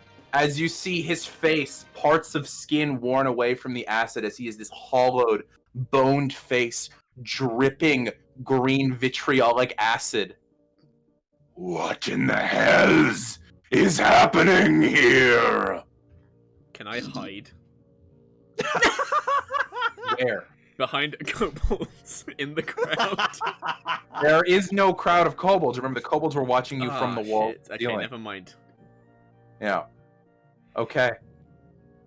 Intruders in my home, killing my property.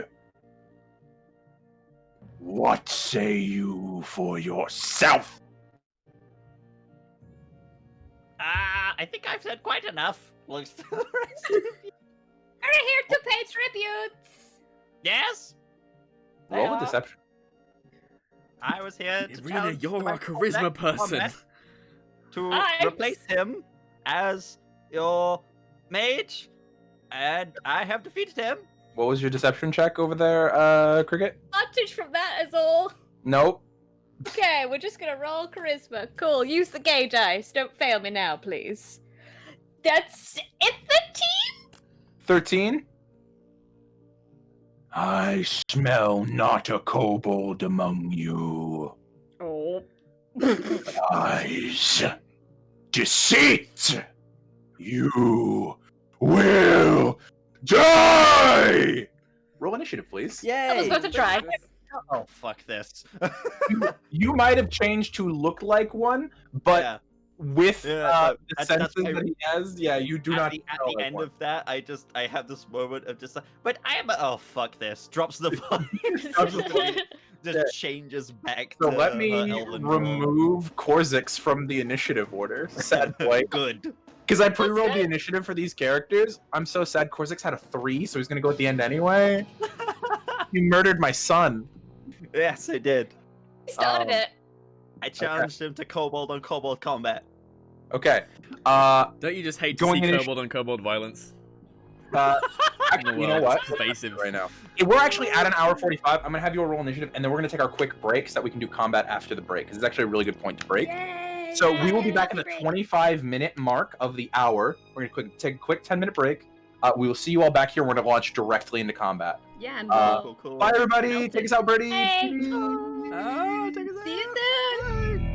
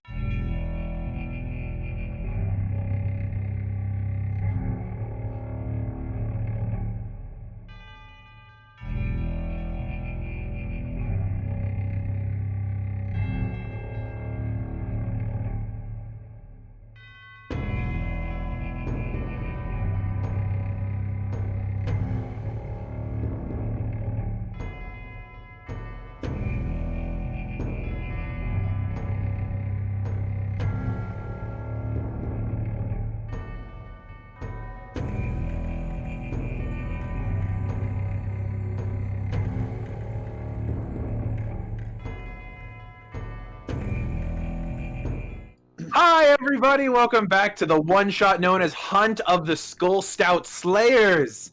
We are Yeah. here Hunt of doing the a fun little shit-eating one-shot kobolds. Of the shit-eating kobold. We Hey. are taking a little break from the Sword and Chronicles this week, and we're doing a one-shot with a group of adventurers who are hunting down a black dragon. In the first half of this episode, they found themselves deep in a bog, searching for the lair of this dragon, when they found themselves at the entrance to an underground cavern led there by a waterfall. They encountered a group of kobolds who happened to be living in the area, worshipping this dragon, and dueled one of them to the death. At the end of the destruction of Korzix the Great, however, Valaxilier, the Black Dragon, made himself known as he returned home.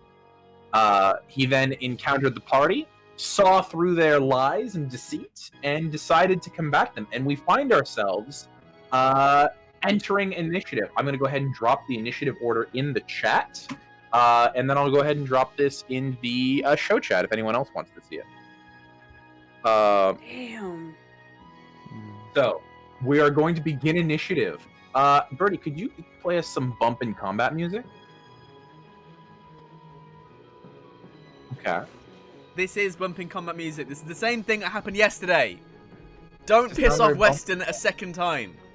But Weston makes great tracks for everything. It's just I don't remember the name This of is the track I want to hear combat. right This now. is the reason I had this at the start is because it has a slow build-up to a great combat thing. It's about to get there. Just start combat. Cool. Fine. We'll start with Torald. Torald, you are 10 feet from the edge of this pool, and there is a dragon 10 feet into this pool. So you're up 20 feet total away from this dragon. Okay. So how much space is there around me of actual, You are rock? on an 80 by 40 platform. If you wanted to take some movement, you could easily get to the space to use your item if you'd like to. I want to go back as far as I can before falling Okay. into something. The going back, you'd be able to go. So behind you, the wall is 30 feet behind you, Mhm. and it's 10 feet in front of you is space in your compatriots. Okay, as long So- as long as there's empty space and none of my friends are standing in that space, I am bamfing down my den's instant fortress. Okay. Yeah, let's see here. 20 foot to a side. So I'm just gonna mark that down on my map so I remember where it's at. You are here. So this is the instant fortress. It's a square tower. So you click the one side of this cube that's a button and you toss it, and as it's going through the air, you can see it exponentially growing as each side expands until it lands on the stone of this floor. I'm going to roll a strength check for the thin layer of stone that is still above the underwater everything. It's fine. As it hits the ground, you feel the stone crack underneath your guys' feet. As you see this fortress hits the ground and then starts to slowly sink. Oh no. It's going at a very slow pace. You can probably get quite a few rounds out of it, but there is water underneath this stone, and it is slowly collapsing from the weight of an adamantine tower being dropped on it. Okay, if it's Oh. doing very slowly, then I'm gonna hop inside. Okay. And, I will remind you, the only exit is on the first floor. I will remind you of that. I can swim out. Just letting you know. I can go up the top. It has a Oh, there is an exit on the top. You're Yeah. right. So eventually that'll be ground level. Yeah. Yeah. You're fine. You're fine. It's fine. I only need this for one use. Okay. Oh my god. And yeah, I'm not gonna use my movement to climb up. Could I get to the second floor with my movement? Let's see here. It is 30 feet high total. Going inside up, I could say you can make it to the second floor. You'd have to dash to get all the way to the top. I don't want to go to the top. I want to get to the second floor and then just stand. Oh, at just an- the second and floor? Yeah, stand you at- can get in there. I want to stand at one of the arrow slits. Okay, yeah, you can stand it. Um, That'll provide you 3/4 cover, which gives you +5 to AC and dex saves. Terrific. So I'm standing at one of the arrow slits. I'm action surging and I'm taking a shot with bad news at that dragon. Okay, yeah. You guys turn and it's there's a fortress, and as it's landing, before it even hits the ground, he has 1 foot on the front step and is sprinting up the side, grasps onto one rung of the ladder, and throws himself up onto the second floor, pulling out bad news, loading a shot, taking aim, and firing. Go ahead and take your shot. So I want to do my feat. Hang on. Sharpshooter? Yep, sharpshooter feat. I can take -5 to get +10 to the damage, right? Yeah. Okay, Yes. do that. Okay. And that is a 15 plus 10 is 25 Okay. minus 5 is 20. That'll hit. Go ahead and roll your damage. Okay, that's 2d12. Ooh, that's a d12, and that's a d12, and that's going to be a 5 and a 6. So 11 plus so your it's dex 11 mod? plus my dex is plus 5 is 16 plus 10 is 26 points of damage. 26. 26 points of damage is nothing to sniff at as you and you all hear this echo across the cavern. 26 points of damage. Awesome. Where did I Could leave I also violent shot this? I'm gonna say you don't you need to call that out before you make the attack roll? It just says when you make a firearm attack against a creature, you can expend one or Yeah, more that's points. It doesn't that's say when you make the attack roll. I apologize. I'm gonna rule Okay. that. It doesn't mention you have to say it, declare it before you attack. Yeah, I'm gonna go ahead and rule that as when you make the attack roll because it specifically says when you make the attack, Okay. not when you hit. When you hit is generally if I would let you do it afterwards. Let's see here. Fair. That's your shot. I believe because it then- has a loading functionality, you have to use your bonus action to reload it or something like that. No, I have to use either an action or one of my attacks to reload it. Okay. But By the way, I'm having him move on having them move on your initiative. Guileless is with you. They are holding a torch. They have a full action that they can use if you would like. cool. I'm gonna pass bad news to him. For them, Yeah, to them. Sorry. And I am going to. I didn't. Did you specify? I forgot to specify. That's why I'm specifying now. Okay. That was not a correction. That was a To specification. them, and then I'm going to, as they are reloading, I'm going to pull out my pepper box and take another shot. Go ahead and that was your free action to get it. Take another shot. Go ahead and make an attack with your pepper 21. box. 21. That'll hit. Go ahead and roll your damage. 6 plus 5 is 11 points of damage. 11 points of damage. Okay. Throwing that onto Vlaxilier. I'm gonna make sure. I'm gonna keep track of how many shots are in pepper box. So immediately, the thundering shot, without even looking, the rifles pass back, and you guys see sticking out of the arrow slits a small pepper box. That one shot going off. That you see immediately, Vlaxilier takes the first one to the chest, hitting heavy hide. As both shots are taken into the dragon.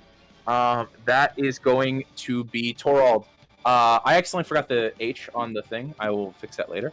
But next That's up is fine, don't worry Vlaxilier. Vlaxilier, let's see here, is going to go. How wide is this?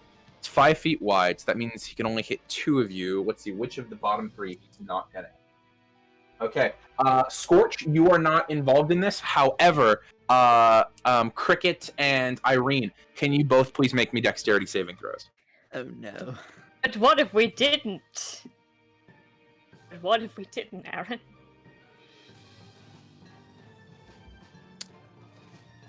14. 14? Okay. That's with a +3. I got a 5 plus 6, so that's an 11. Okay. Oh. Let me see. I need a calculator. I'm not going to type this by hand. I need a calculator. I don't like Actually, it when I'll you just say roll you it calculator. online. I'll just roll it online. Do it. Don't like that. Let me see here. That's going to be okay. Let's see here. Irene, you're going to take 25 points of acid damage. Cricket, you're going to take 51 points of acid damage. As Holy immediately- shit! this- Wait, so I passed? Yes, 14 pass. This biolistic spout of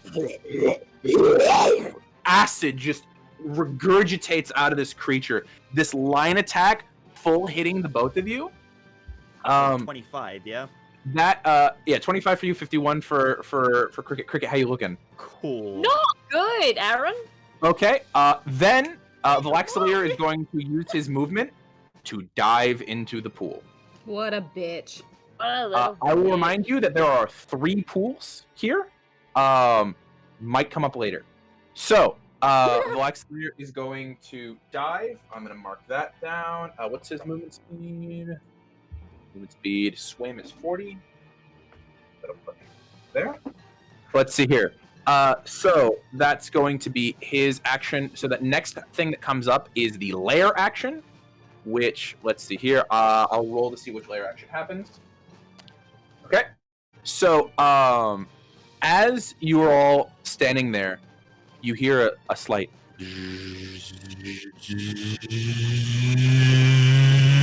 increasing in volume, and seemingly out of nowhere, out of the soil ceiling and walls of this cavern, you see small beetles beginning to fly and fill through the air. doing a 20-foot radius around all of you, which will even include inside of the tower. This area is considered lightly obscured. Can each of you make me a con save? What if we didn't? 19. 19? 16? 3. 19, 16, 3. Okay. What'd you get, Sorry. Scorch? I got 15. 15? Okay. So, who rolled the 3? Me. Okay. Yeah, you're the only one who fails. So, you are going to take the full 11 points of piercing damage. I'm down. Okay. Good. That's unfortunate considering you're the healer. Oh my god. This is really unfortunate. Actually, go ahead. Cricket, roll me a d4. Hey, remember Okay. before when I took that first attack and I was like, isn't that much damage? That took me down to 17. Okay. There's 3, you said? Okay. I'm gonna go ahead and 3d4. Give me a second. This is an act of mercy by the DM here.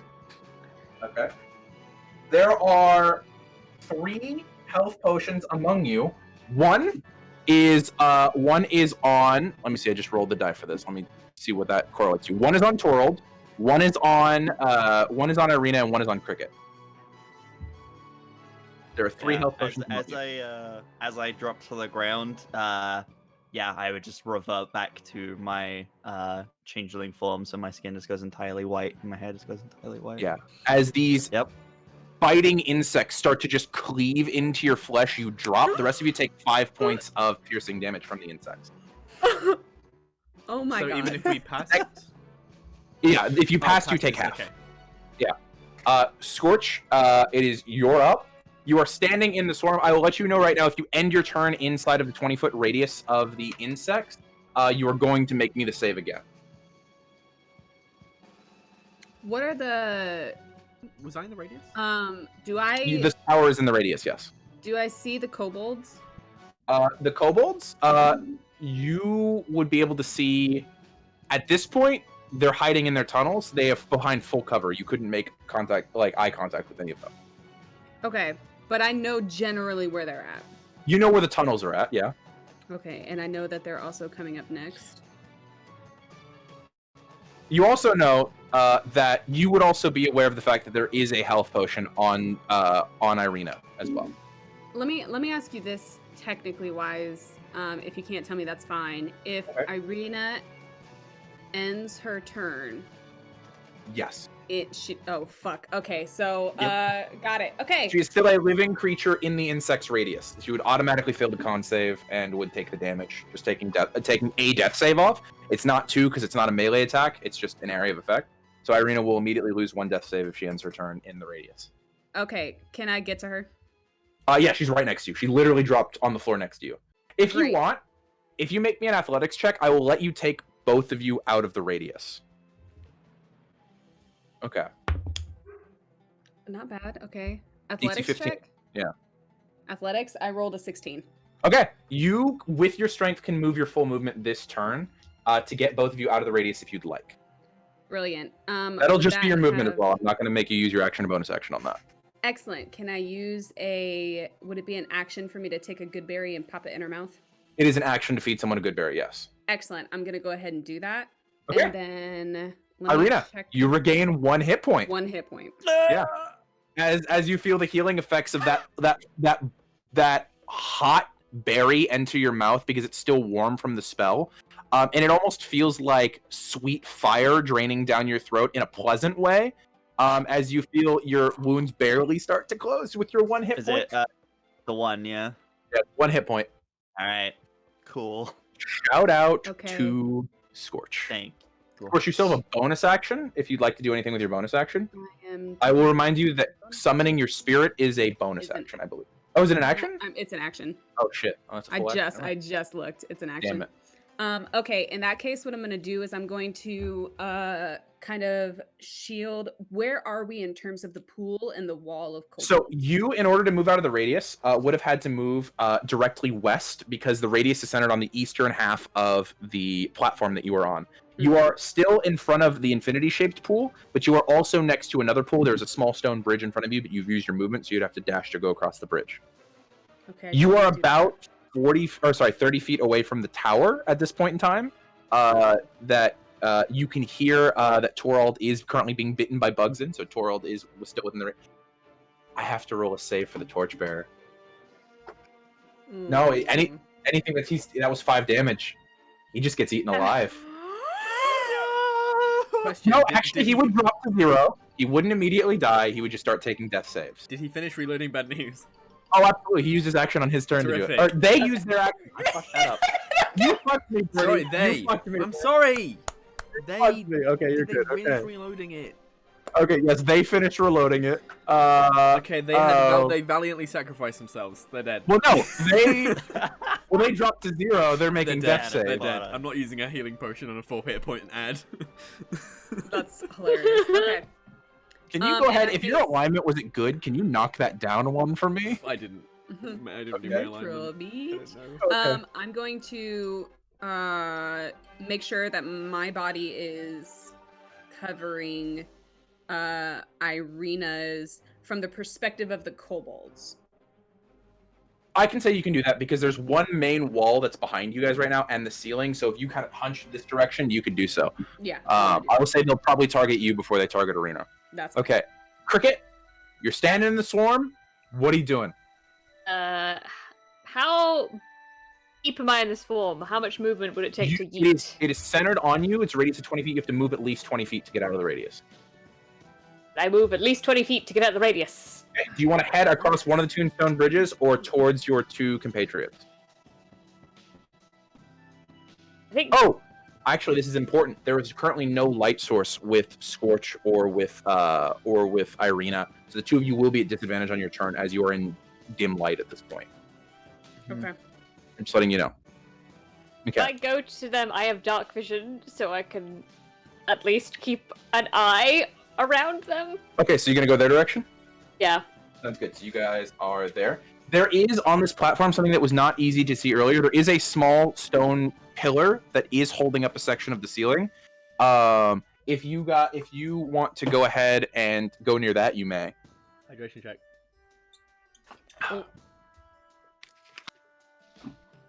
What are you doing? Yeah. Can I go by this stone pillar? Yeah, go for it. You were there. Can Okay. I cast Cure Wounds on myself at 2nd level? Absolutely go for that. That sounds like a Okay. solid plan. You got hit for 51 points of fucking acid damage. It did, and I was like, maybe I'll take Cure Wounds with this character. Aren't you and that guys was a good glad I choice. didn't make you fight an adult black dragon? Yeah. It would have been much, much worse. Okay, that's 7 and 8, so 28 points currently. Okay. Did you remember to add your wisdom modifier to that? No, I did not. Go ahead and add your wisdom Uh, modifier to that. Every hit point matters. Okay.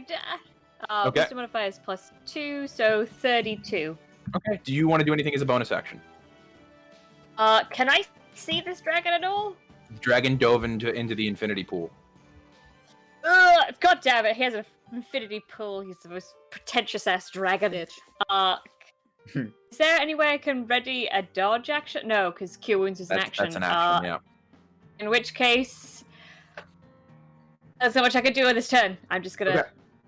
Sounds good. Cricket, you're there standing by the pillar, keeping an eye over Scorch and Irina. Irina, you are conscious again. You are around. Pain! I'm just gonna look up a Scorch and say, thank you for that. And I'm going to quicken spell, so it's another sorcery point. I'm going to cast Mass Cure Wounds. Yeah. Okay, there are currently. Plus What's the range on that? 30 feet from a point I choose, up to Okay, 6 you can- creatures. So it's the 5 of us. Do you and have the to be able to see Tiefling. them? Do you have to be able to see them? No, it's a point I choose within range, and they just have to be within the 30-foot range. Okay. 'Cause I was about to say you can't see the tiefling right now. They're on the floor. But if you don't have to see them, yeah, you can easily speak the word, throwing out one hand from your prone position, and in that moment there is a brief flash of light as this golden light showers. Golden showers. You all regain Ah. 20 hit points. No. was an I accident. was only down by Shit. 5, but thank you. Yeah, so each of you regain 20 points. Torald, next to you, Gaius goes, Gaius, I'm so happy you're alive. Did you save me? Absolutely, it was all me. You motherfucker! Thank you, Lord! Okay, anything else you want to do my in your turn? bonus action, because I quickened the spell. Would you like to hold your I action am- for anything? Yeah, I'm currently out of range of the thing, correct? Of the swarm? Absolutely, yes. The swarm. There's no way I can try and dispel that swarm, is there? It's not a magic effect. It's just insects. There's no way I could. Well, I mean, if I were to lob a fireball at it. Oh, they have not cast fireball, bug spray. Firebolt. I mean, a That would help. firebolt I probably cast wouldn't do it. A spray. fireball, I would rule, would get rid of it. Yeah, but that would hit my friends, so that would be bad. Hey guys, I healed you all. Now you all die again in the same turn. Give it, then take it away. Okay. I will move, considering, yes, I will move well, half my movement stand up. I will do Okay. that. And then I will move 15 feet Back into the radius of the swarm or over the one bridge? Oh, actually, wait. Roll me a perception sideways. check to even see what direction you can go, because it is dark right now. Perception check. The one light 15, source. unnatural 20. Okay.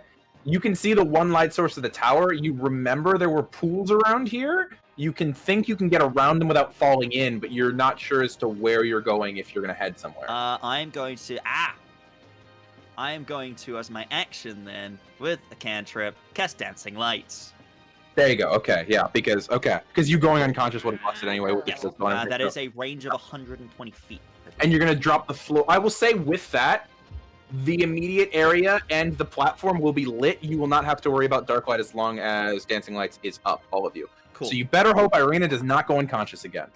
I'm the support, apparently. Because I will remind Chances of happening. I will remind Torald as well that you cannot shoot at things that you cannot see, I know. and your light from the torch only goes 40 feet outside of the tower. Listen, So, these are all just reminding we have to. These are crosses we have to bear. Thank you for the lights. That was Irina's turn, and because of that, because the cavern's lit up, you can see each of the cavern entrances that you see pieces of stone moved out of the way as the kobolds are going to start taking their attacks. Let's see here. So there's 28 of them, but I will gonna rule that only 14 of them can actually make attacks in a reasonable amount of time. Let's see here. So that is going to be. Let's see here. We'll go ahead and. Which of them do they see as a threat currently? Yeah, but you're in the big. Yeah, I know that a couple are going to shoot at you. I'm trying to think. I think most of them are going to go ahead and fire at the tower, but Shoot some my are going to tower, fire at every single Scorch. one of you. Shoot the indestructible Okay, let's see tower. here. What's your AC? My AC. You have a +5 to it right now 22. because you're in 3/4 cover. 22. Is that with the +5? Yes. Okay. So of those, only the nat 20 hit of those three. I'm gonna use you to quit rolling those nat 20s, thanks. 2 hit. Oh, so 1 hit, 1 nat 20. 3 misses. Okay. 2 hits and 1 nat 20. Okay. So it's gonna be 4 hits and 1 nat 20. They all rolled a 22? Yeah, my guy. They're doing real well. Let's see here. Because the thing is, there's so many of them that of the ones that hit, because I 14 attacks all went at you because you said all of them hit you. So if you're goading them, they're all shooting at you. Let's see here. So the nat 20 is going to be this one. That's going to be 8 plus 2 is going to be 10 points of piercing damage. And then the remaining 4 hits are going to be 16 points of piercing damage. Oof. So you see the rest of you turn, and that light that is coming out of the tower, you hear arrows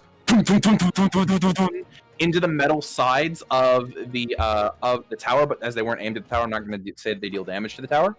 Well, they also however, wouldn't a because they're couple- non-magical weapons. Also true. A couple do make it through an arrow slot, and you just up your shoulder feel arrows begin to sprout. One digging deep above your clavicle. It kind of goes in a lot farther than it was supposed to. Snap it off. You can deal with removing it later. That That's going to be the kobold's turn. Torald, you're up. What are you doing? That kobold that shot me. The nat 21, that's one of the ones in the ceiling. Yeah. I will say, they move back out of the entrances. They technically have full cover when they're not in the entrance. Okay. So you can hold your action for them. Can I tell where the dragon is? You can tell that the dragon went into the infinity pool. He's probably somewhere at the bottom of that. The infinity pool barely is shown at the edges of your light. Okay. Though, actually, with the dancing lights, you would be able to see the infinity pool. What's your passive? 16. 16, what's his passive? Because he didn't actively choose to hide. With a 15, you can see movement, not in the infinity pool, but off to the pool that is closest to your compatriots. Can I shoot About him? 80 feet away. Yeah, you could shoot at disadvantage because he is still in the water. Okay. This doesn't have to do with cover. This purely has to do with the fact that he's underwater. Yeah, I know, and bullets don't travel too well underwater. Yeah. I'm gonna ready action. When I ready an attack action, can I use both attacks? Yes. When it's a readied action, that is different than an opportunity attack. So that holds your entire action. I'm gonna ready action and unload bad news and a pepper box into the dragon as soon as it shows its scaly face. Sounds good. And I'm gonna say I'm gonna say you're not gonna have to worry about reloading as long as your Guileless is up. So as long as Guileless is up, they're gonna be reloading you every round. Is there anywhere in this tower that isn't affected by the swarm? No, if you end the turn here, you're gonna be ending in the swarm. Could we like cover our mounts? You could, if you wanted to take your action to cover yourself, you could. I will say, the swarm is already starting to dissipate. At the end of this next layer action, it's probably going away. The question is whether or not Guileless go down instantly. Guileless can use their action to cover themselves if you don't want them to reload you this round. Well, he can't reload me this time because I'm waiting till... They can. Oh, I'm sorry. They can't reload me this round because I'm readying my action anyway. So yeah, Guileless, cover your mouth. I'm going to shoot him. Okay, so Guileless is going to grab the oilcloth that you used to cover the guns and just hunker down on the ground. I will say they are unaffected by the beetle swarm this round. Okay, and then I'm hold that. second wind because that doesn't take anything. Yeah. Bonus action, you can second wind, do a heal. Valaxilier is up. The rest of you are standing at the edge of that platform, all looking at the infinity pool. Out of the water appears Valaxilier. As soon as he appears, though, ready in action. Go ahead and roll your 2 attack. Okay. And that is going to be. Do you want me to re-roll? Because I wanted to do sharpshooter. Do you want me to re-roll it? Yes, please re-roll it if you want. If you're gonna declare the shots, declare them beforehand, including your. Yeah, I wanted to do sharpshooter anyway. I'm also Are you gonna gonna violent shot this with 1 grit point. Okay, sounds good. Okay. Oh, I rolled the same thing. 19 plus 10 minus 5. Yep, 24. That definitely hit. Yep. Go ahead and roll all of the damage that is associated with a violent shot and a sharpshooter. So that is. Let's go. So violent shot is I get to add 1 additional weapon damage die. Does that mean 1 extra d12? 3d12. Yeah, 3d12. total of 3d12. Cool. 3d12 plus 10 plus your dex. Okay, so that is Sickening. 17 plus 7 is 24 plus 10 is 34 plus 5 from my dex is 39. 39. 39? Okay. Yes. That's a lot of damage. I gotta That's get a some lot flex of tape on this. damage. Let's see here. Okay. Hey, bad news. Nothing travels faster. And then pepper box. Fuck your face. Yeah, and then pepper box shot immediately. Dropping bad news. It clatters to the ground. You immediately pull out the pepper box. 24. 24 hits. Roll damage. Jesus Christ. That's 7 plus 5, 12. 12. Okay. Yeah, good to know. You again the chest, and at this point, you see Valaxilier. You are becoming a problem. Tell me about it. Here, Anna, you roll me a 6, please. Me? Yeah. Oh shit. Fire. 3. 3. He does not regain his acid breath for this round. But he is going to use his full 80 fly speed. He cannot actually get in the tower at this point, I don't believe. Let me see here. The Daern's Instant Fortress, let me pull it up. I have to use my bonus action to let people in. Okay. But he is going to use his full 80 feet to fly to the roof. and land on it. He's gonna start just trying to tear into the top of this. Let's see here. Okay, it has 100 Because it does have 100 hit points, so he's got to deal 100 points of damage to this thing. So I don't think he's gonna get it out this round, but he's gonna start trying. Let's see here. He's gonna make. Opportunity as he passes us. He goes over you guys. He is an intelligent Also, do I individual. need to make a saving throw? Yes, because you ended your turn. Thank you for being honest with that. I appreciate that. 21. 21. You definitely succeed. You take half damage. You're only going to take 6 points of piercing damage from the swarm, and the swarm actually dissipates as it makes it back to Valaxilir's turn. Nice. And he's going to use all 3 of his attacks on the tower. What's the AC for the tower again? I don't think it has one. I think let's see here. It's a fucking wall. Oh yeah, so he just deals the damage. And immunity to non-magic weapons. He's a dragon. He's considered. And it's resistant to all of the damage. Every single form of damage. Okay, so yeah, he's definitely not making it through this turn. I'll just roll all his damage right now, so I know how much damage he's dealt. Let me just. This is the other reason I picked the fortress, because it's just something to soak up hits.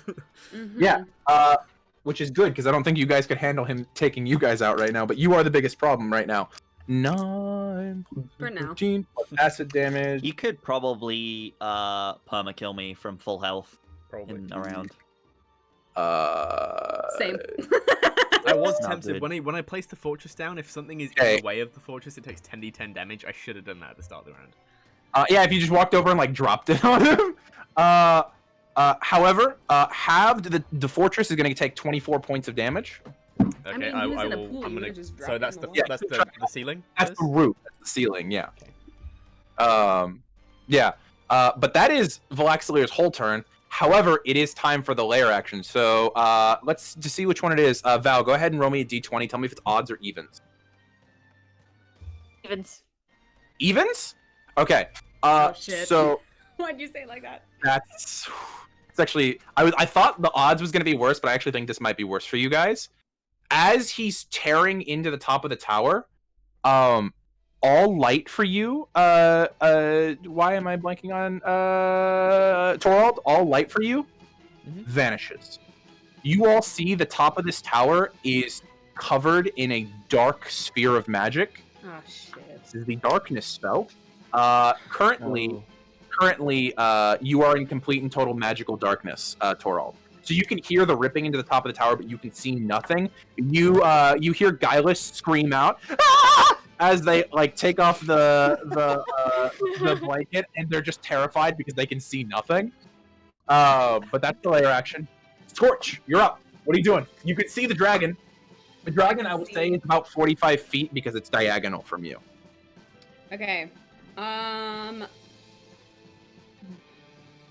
Trusting that everybody is gonna start their work on the dragon, Scorch is gonna turn and raise her hands, and she's gonna say, "I'm gonna cleanse your stupidity from this world," and she's gonna wall of fire the whole wall of kobolds.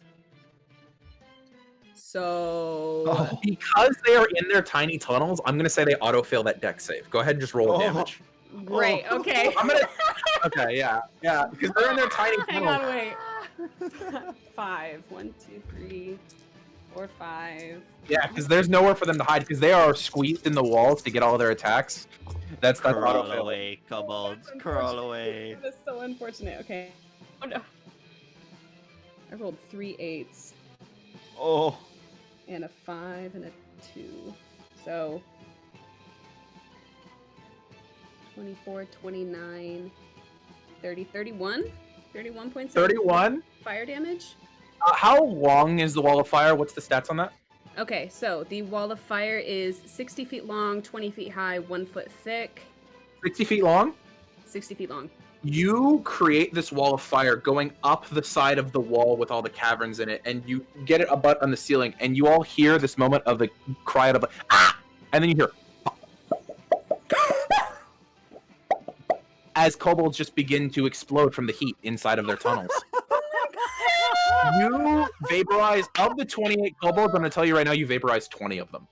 Okay. Just straight up. That's great, but also So that wall will smell. You just Genocide committed a in the war morning. crime. I'm just letting you know. that wall will stay up, and it will Yeah, that's all the kobolds that can immediately see you. I'm gonna say that the rest are gonna be at their disadvantage length on their short bows to be hitting. You did quite a bit of damage there. I am gonna. So it does say choose one side of the wall. Yeah, that's the side that faces towards the wall and ceiling of the cavern, right? Towards them, yeah. Yeah. So yeah, there's still the slight like popping corn. okay. So if they end their turn in there, or if they go, I'm gonna be honest. The ones who are currently in danger of the wall have already died. They have. Okay. I'm gonna give you complete perspective. A kobold has 5 hit points. Cool. Yeah, the Did wall of Corvus fire is just have gonna more? stay there. Corvus had more because he was a scale sorcerer. He had 27 hit points. Is there anybody close to me? Close to you, yeah. 2 of your compatriots are in melee with you. Irina and Cricket are both next to you. Are you guys still looking pretty bad on your health? I am 1 hit point shy of half. I am also slightly around half, but I'm above it. Okay, I am so not. Are you gonna hand out some of your good berries? could I do that as a bonus action and just like hand? Well, I'll no, just let you do it as a what? free action. As a free action, you can give them the good berries. I'm actually not gonna do it. I'm actually gonna keep them. Okay. I will say this is something you might not be aware of. I have ruled in the past, and I will continue to rule until it becomes a problem, that you can use an action to eat any number of good berries. Yeah, So, because that's in okay. the rules it's written you can only eat 1, but you could just palm all 9 of them if you wanted to. Oh, Just letting you know. That's fine. Okay. Where am I at in relation to the pools? The pools depends. There's one about 10 feet back. That's the one the dragon came out of, and the infinity pool is about 15 feet to your right. I had to just do this right then to remember what direction things are. What is the dragon like? If the dragon were to pull back and dive into one, what's the one that's closest to it right now? The one farther past that, there's the pool on the other side of the fortress that is not the infinity pool or the one behind you. That's Can I the get to closest that one. That is 80 feet from you. Ooh, nope. Okay. I just want to get to the edge of a pool. That way, if it dives in or comes out, I have an opportunity attack. Okay, you can get to make a choice of the infinity pool or the one behind you. It's closer to the infinity pool than the one behind you, but you know it can easily cover either distance if flying. I'm gonna go for the infinity pool. Okay, sounds good. That is noted. You were there. All right, let's see. That was Scorch's turn. Cricket, you're, I'm gonna say half cover from the dragon right now behind the pillar. You can see the dragon tearing into the top of the Daern's fortress. This like bubbling mass of acid and liquefied metal coming off of its jaw as you see these ravenous rabid eyes ripping into metal and tearing. It's not close anywhere near to getting through right now, but it is getting through. Can I, as my bonus action, use Planar Warrior and on the dragon? Okay, go for it. What does that do? It means the next time you hit that creature on this turn with a weapon attack, all damage dealt by the attack becomes force damage, and the creature takes an extra 1d8 force damage from the attack. Go for it. Absolutely, you can Planar Warrior this. Okay, I would like to use my longbow. Okay. And try and. Okay, go ahead and make your attack. Use this on roll 20, because it's easy, really. Roll 20 didn't fuck me for once! Yay! Yeah. That was a weird way of phrasing it. That's a natural 20, which is a 28 total. Okay, well, natural 20. Do you want to roll double the die or do you want to double the damage of the die? It's your choice. Oh, hydration check. That's your choice. Do you want to do double die or double the damage on the die? What's the difference? Rolling more dice versus just doubling damage. Just wish for him to be in Okay, pain. so just double the damage then. You're more consistently going to get higher value. Okay, so go ahead and roll the d8 from the longbow and the d8 from the planar warrior, and then double that number. Okay, so it's 12 and 6, so that's 18 just on a roll, doubled 36. 2 times 8, 36, and then what's the your dex? 1d8. My dex is. So wait. What was the first damage? I rolled 12 plus 6 piercing damage, and then double. Where did the 12 come from? 20. Okay, because the longbow is a d8. Oh, it said 1d8 plus 3. Okay, the 3 is your dex. Don't worry about adding that yet. So, did you Okay. roll your d8? Go ahead and roll your I'm just- d8 for your I'm longbow. just gonna do this as is. Okay, Yeah. roll d8. D8 from your longbow, D8 from your planar warrior. Tell me those two numbers combined. 7 from the longbow, and a 5 from the planar warrior. So 12 doubled is 24, and then add your dex to that. My dex is a 3. So 28 points of damage with a single arrow. As you take this moment and Aaron, what's focus 24 your plus eyes. 3? 27. Shut up. You haven't done math in a very long time outside of Dungeons and Dragons. All right, leave me be. Your eyes focus in this silvery shimmer as you summon this planar energy, pulling back your bow ever so gently and release. The arrow vanishes halfway through the air, becoming just this pulsating wave of force that strikes the side of the creature, dealing decent amount of damage. Go ahead and roll your second attack, because you technically have 2 attacks. Do I have an extra attack? Yeah. Okay. Nice. I'm gonna do. That gave me another nat 20. I'm just gonna roll it on the normal dice. You know, I forgot about something that I'm gonna have that has really been fucking over Valaxalir. I forgot about something. I'll do it at the end of your turn. Go for it. No. You forgot. Nope. He forgot legendary actions. I forgot that I gave him legendary actions because he wasn't quite an adult dragon, but he was still more than a young black dragon. So we're gonna be dealing with some of that in a second. I Oh, hate no. that. I hate that. 19. 19? Damn. Okay, good to know. Fuck, that's a lot of damage. Sorry, were you making fun of me for my boring longbow plus 2 before As this you game? strike, you see this moment where the dragon looks back. I'm tired of all these attacks. And he's going to use his 2 legendary actions to activate a second layer action, and the third one that hasn't happened yet is going to go off. Everyone who is not in the tower, can you guys please do me the favor of rolling a strength saving throw? Well, Literally that- said. Anyway, was that? Ooh, Um. actually really good. Hmm. Dirty 20. Dirty 20? Okay. Val, you can come in the fortress if you want. Val, what'd you Yay! 15. get? Ben, what'd you get? Natural 1. Okay. -1. So, 0. only actually no, this is so no, you would actually fail as well. So Cricket and Irina, you both look around and you see that the water of the pools surges with his anger and starts to raise the water level in the cavern, swirling, torrenting, pulling both of you off your feet, and you both get pulled backwards into one of the pools by the current. You are both in the farthest back pool. You are pulled 20 feet underwater. Can you each make me one more strength save to see if you hit the bottom? Sure Another thing! strength save. Yep. When I say I roll 2 natural 1s in a row. Okay. Sorry, this is a con save, not a strength save. I apologize. This is a con. Okay. This is a Maybe con save. that will be better. 4. 4. Okay.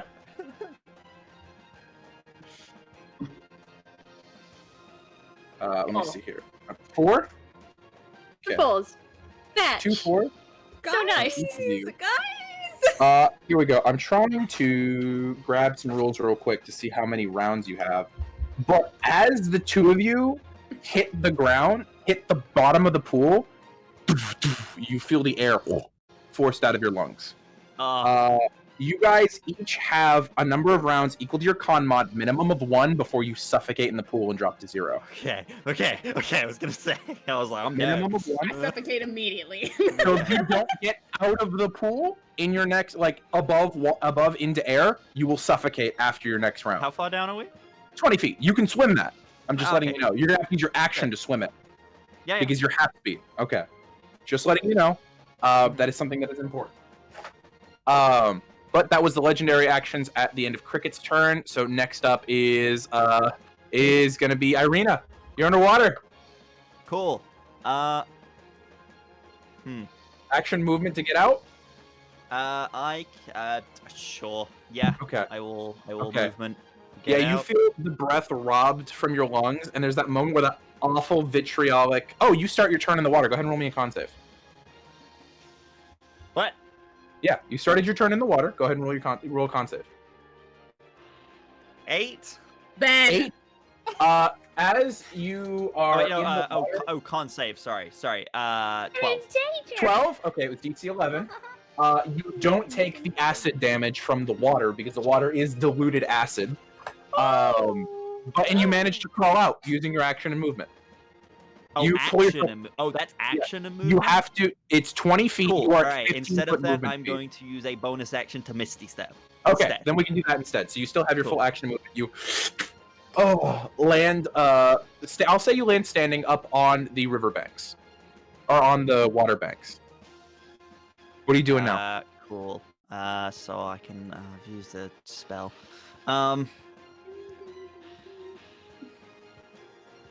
Wait, no, sorry. I won't use Misty Step. I will use my action to get out. Sorry, I'm trying to remember sorcery. No, that's fine. And This is then the I first time you will, play this character. I will cast a spell as Okay, a as a bonus with action, quicken using another- spell. How many So it's a points do you bonus have? action. Sorcery If you points. use I have at 8 least total. two this I by believe this is my third one. Okay, yeah, that lines Yeah, up. I'm I just down want to to make. 5. I've got 5 left. Okay. Sounds So good. yes, I will get out. And I will care. How far away am I from the Dragoon? Dragon is 60 feet from you currently. Dragoon is 60 feet from me. Cool. Oh, alright.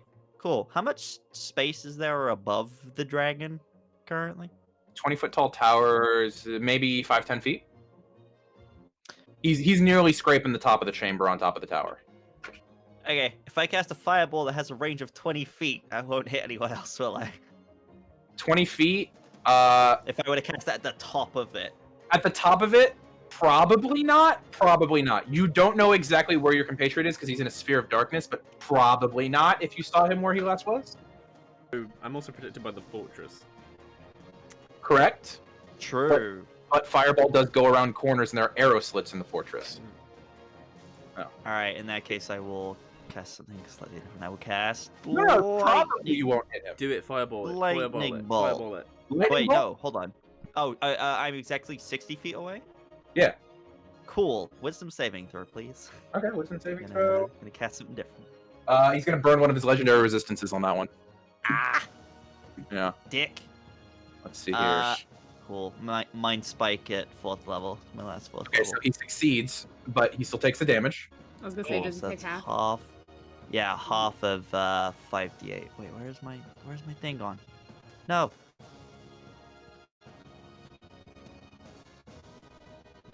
So half of 5d8. Okay, 5d8.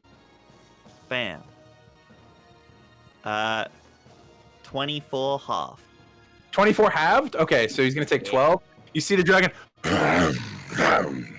as there's this ionic spike into his brain as you cast Mind Spike. That's Icy. he's not looking the best. What's up? Has he been making concentration checks? On what? The darkness? Does he have? He doesn't cast. It is the Hilarious. spell, but he isn't holding the concentration on the spell. It's a magical effect of being in his lair. He's not concentrating So on there's it. no way to get rid of it. Fuck. Someone could dispel it. It could be dispelled if someone wanted to use their action to cast Dispel Magic on it. If someone also cast a very high level light spell on it as well. Let's see. That's Irina's turn. Yeah, me. Yeah, you did a decent amount of fucking damage. There's 8 kobold archers left, and they're all at disadvantage because of their distance, because they're the ones that didn't pop in that section of the walls. And they see the dragons on top of the tower. Yeah, they're gonna go for Scorch. They're at disadvantage. Are you gonna go for Scorch? Yeah. Okay. The Scorch looks mostly fine. Something I will ask just for the sake. Oh, Scorch is underwater currently. Scorch is next to a pool. Scorch is not underwater. Yeah, I'm a. It's underwater. Right. Cool. Okay. Scorch, what's your AC? My AC is 16. 16. That's a miss. Miss. That's 2 misses. Hit. Missing it. 2 misses and a hit. Miss. 3 misses. Miss. 4 misses. That's a hit, so that's 4 misses, 2 hits. That's another miss, 5 misses, 2 hits, and the last one. Okay, so only 2 hits out of those, and neither of them were nat 20s. So that's going to be 8 plus 4 is going to be 12. Between the 2 attacks, you only take 12 points of piercing damage, as 2 of them stick in you. I'm going to use my Stone's Endurance, which I can use as a reaction once per Oh, short rest, shit! and reduce the damage by 1d12 plus 2. Okay. Dope. This one. That's 9, 10, 11. 11. At that moment, you flex yourself, and you feel that blood of the giants coursing through your veins. And one of the arrows that hits you just fully crumples against your skin. The other sticks in maybe 1/8 of an inch. You only take the 1 point of damage. That's pretty good. That's pretty good. Let's see. That's the Kobold Archers. Torald, you are in magical darkness. No, I can see nothing. You can see nothing. And you know from where the dragon is at, you don't even have line of sight on him if there wasn't darkness there. Okay. I will say you remember the layout of the tower, and there will be a chance to go down a floor if you I'm want certain I could get out of the tower. So I'm thinking, could I get out of the tower, shoot, and then go back in? It would use all of your movement to get out of the tower. This thing's gonna want to kill me the second I show my face. Yeah. You have dealt over 50 points of damage to him alone. Okay. How far does it extend above the tower? Above the tower, it's another 20 feet, and then he's almost scraping the ceiling. So if you wanted to open the hatch and throw out a little barrel of present, you could do that. Okay, cool. I will say, with your knowledge of, you could put a fuse on this thing, or you could risk getting caught in the explosion. What's your choice? I was gonna throw it and shoot it. In the magical darkness, I don't think you could do that. Okay, I'll put a fuse on it then. Okay, you can reach around in your pocket. See, my plan was to like fuse it, throw it, and then take cover and hope the tower protects us from the blast. Roll 1d4. 4.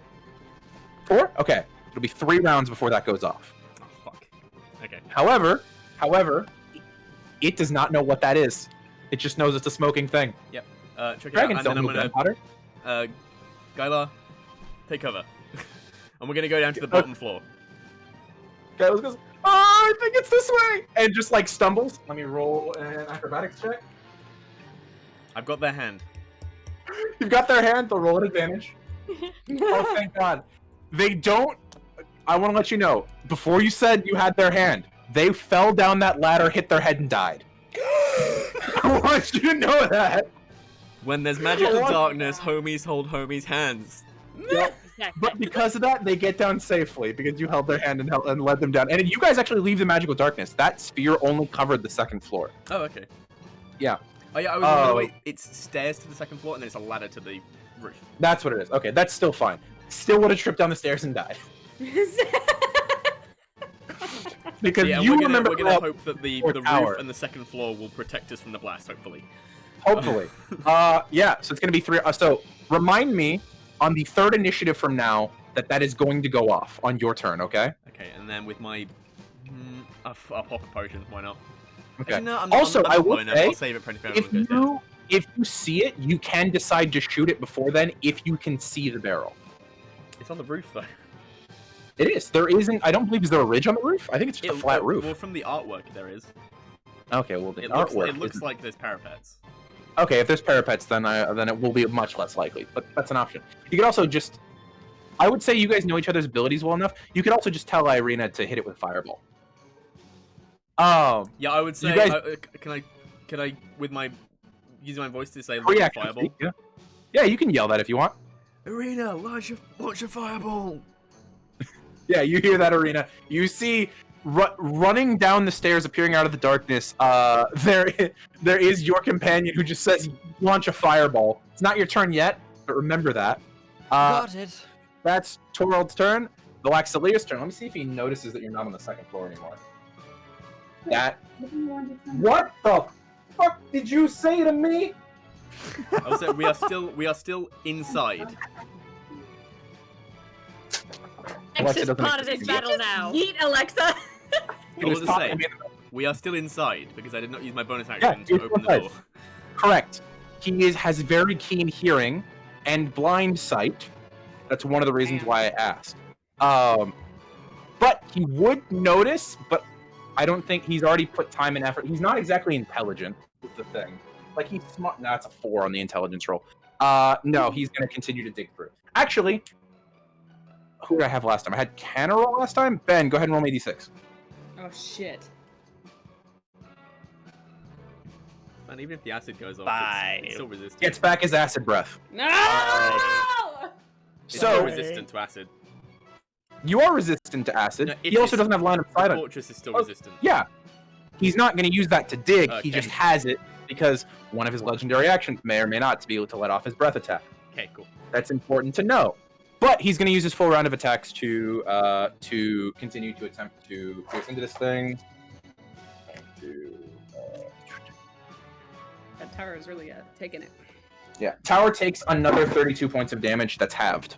Tower MVP, guys. That's already Tower halved, by the way, Brady, is what I was trying to say. Okay. But he uses full round of turns. Now it's layer action turn. Can't be the one that it just used. So let me see which one it's going to be. That one, which is going to be... okay, actually. I gotta roll a random one. No. 1, 2, 3, 4, 5, 6. Actually, wait, it can't see you, so it just has to be odds or evens. Odds, evens. Let's see. Scorch, you are enshrouded in a sphere of magical darkness. You Oh, can no. see nothing. That's rough, buddy. You do not know how far and what direction it goes. You still do know the relative position of the pool, so I'm not going to have you run into the acid pool. Thank Just you. letting you know. I got Doc. That was the layer action. Speaking of Scorch, it's your turn. It got real dark. What are you doing? Shit. Okay. I'm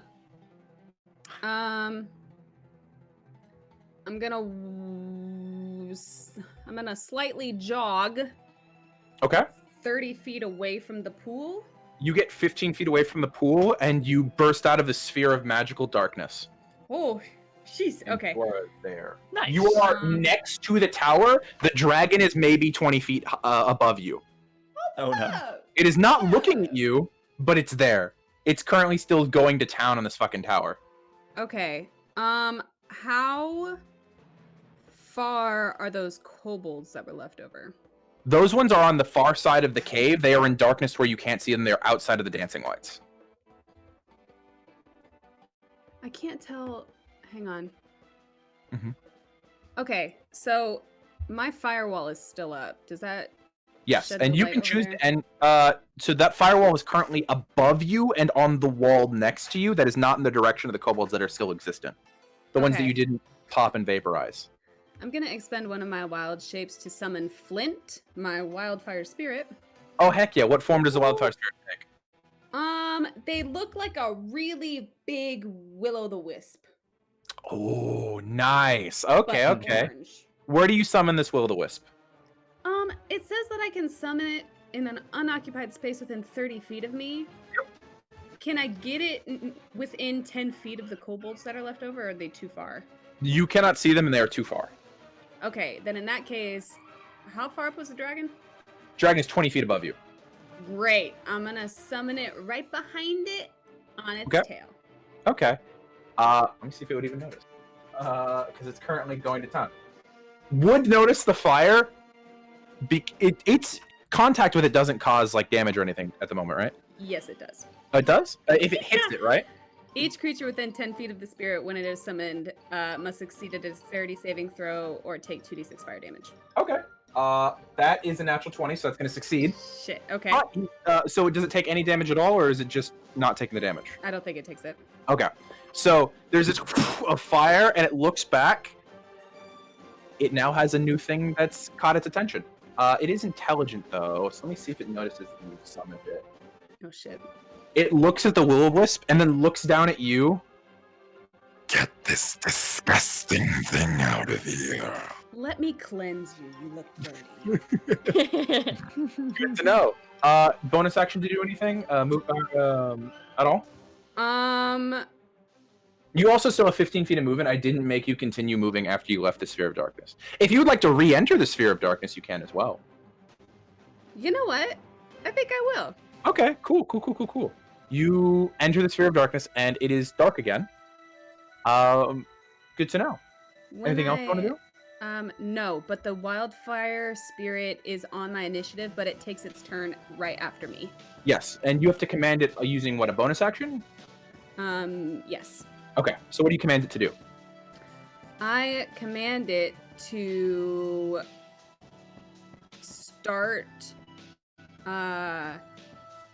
start to move towards the direction of the kobolds. Okay, that's that'll have to go over your head. That's far away. That's fine. I just want it. So I think it can move. It can fly 30 feet, so it's gonna hover 30 feet. It's gonna move 30 feet towards the kobolds. Okay, And then so I'm it's going to, basically directly over your head at this point. That's fine. I'm going to command it to flame seed the dragon. Okay, roll an attack roll. Yep. That's a 18 plus 7. Okay, and 18 plus 7, that's gonna hit. Go ahead and roll your 1d6 plus your wisdom. No, plus what is it? Plus? It's just plus 3. It's just 3. Yeah. Oh, 6, 7, 8, 9. 9 fire damage. 9 points of fire damage. Yeah, it takes 9 points of fire damage as it turns, and one section of the will-o-wisp, you can't see this, but anyone else who's outside can see this, just splits off of the rest, turning into this light pinkish blue light that sprays off the side of the dragon, dealing it its damage. It's gonna take some motherfucking damage. Why is this not working? Thank you. There we go. Okay. That is, I believe, your entire turn. So next up is going to be Irina. You heard Fireball. I did hear Fireball. Yeah, Irina I'm was it. gonna Fireball. I'm Okay. gonna just give a nod and just I'm a Fireball this boyo. I'm going to use its legendary resistance on the Fireball saving throw. It is not aware of the Level. Black Powder saving throw. What is that? Brody, do you want to roll the damage for the barrel for me? Yes, please. Yes, Okay. he does. Separate categories. 2 separate categories. Right. Can you please roll me 6d10 fire damage and 6d10 thunder damage? Oh. I'll do them one at a time. Tell me the totals, separated. What was your d6, Irina?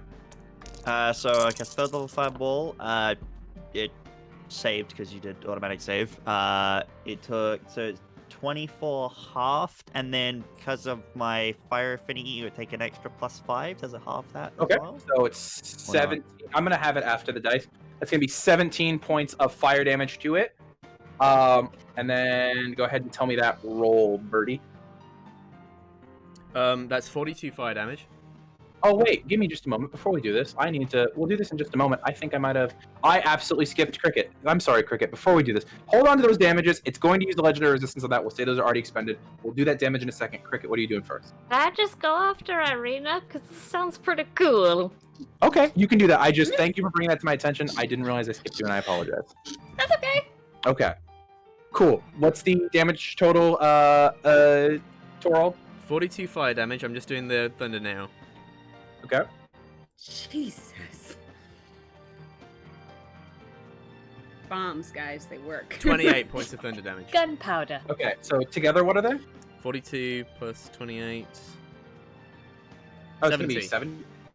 7. 70. So, you see this moment where the dragon looks over, and Irina, you take your finger, point, and a bead of red.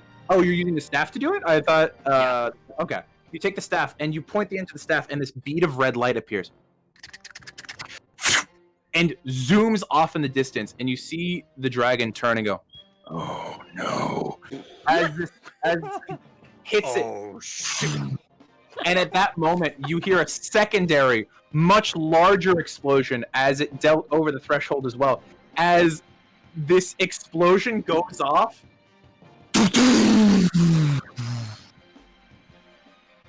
the dragon blows itself to bits, pieces scattered everywhere.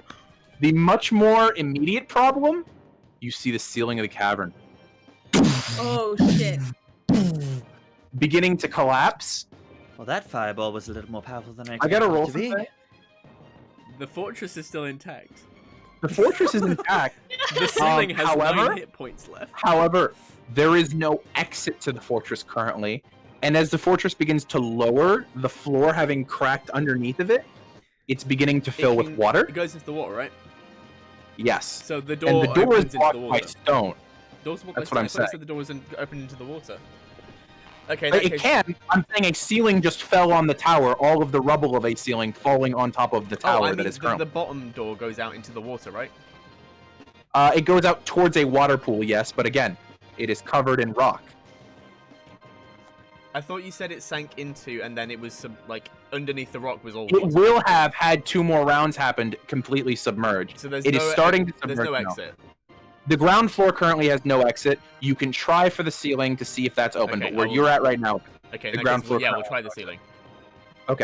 that will go ahead and come on your turn. I'm gonna go ahead and take Cricket's turn real Yeah, quick. Okay. Cricket. I'm just gonna misty step out the pool. Dope! I forgot you were at the bottom of the pool this whole time. Yeah.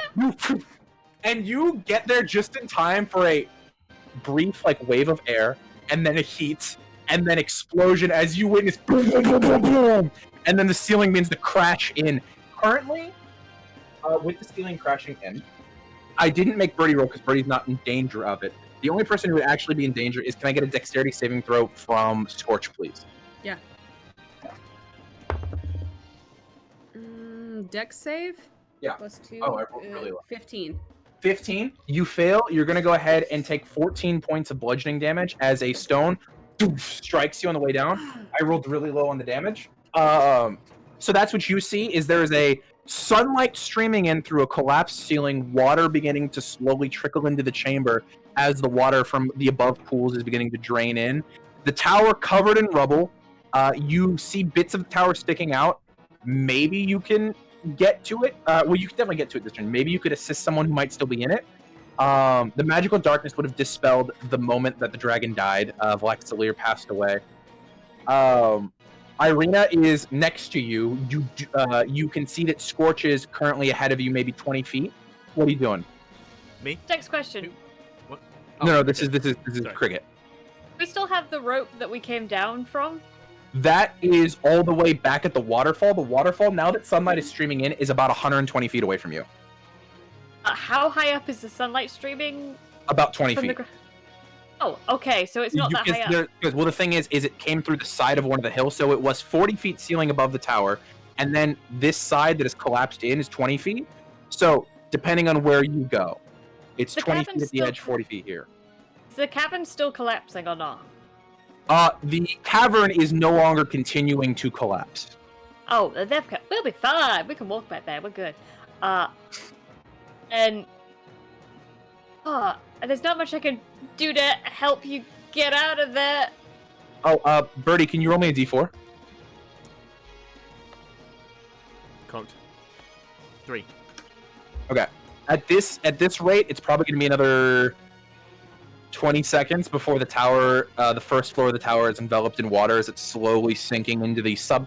One of the things I will let you guys know right now that there's light, there are subterranean tunnels underneath this platform that go from pool to pool, and that's how the dragon was transporting between pools. Because of that, the tower is now sinking into these subterranean tunnels that are filled with water. It'll be about 3 rounds before it fills with the bottom floor fills with water. Can I? I can't get a view of the ceiling from here, can I?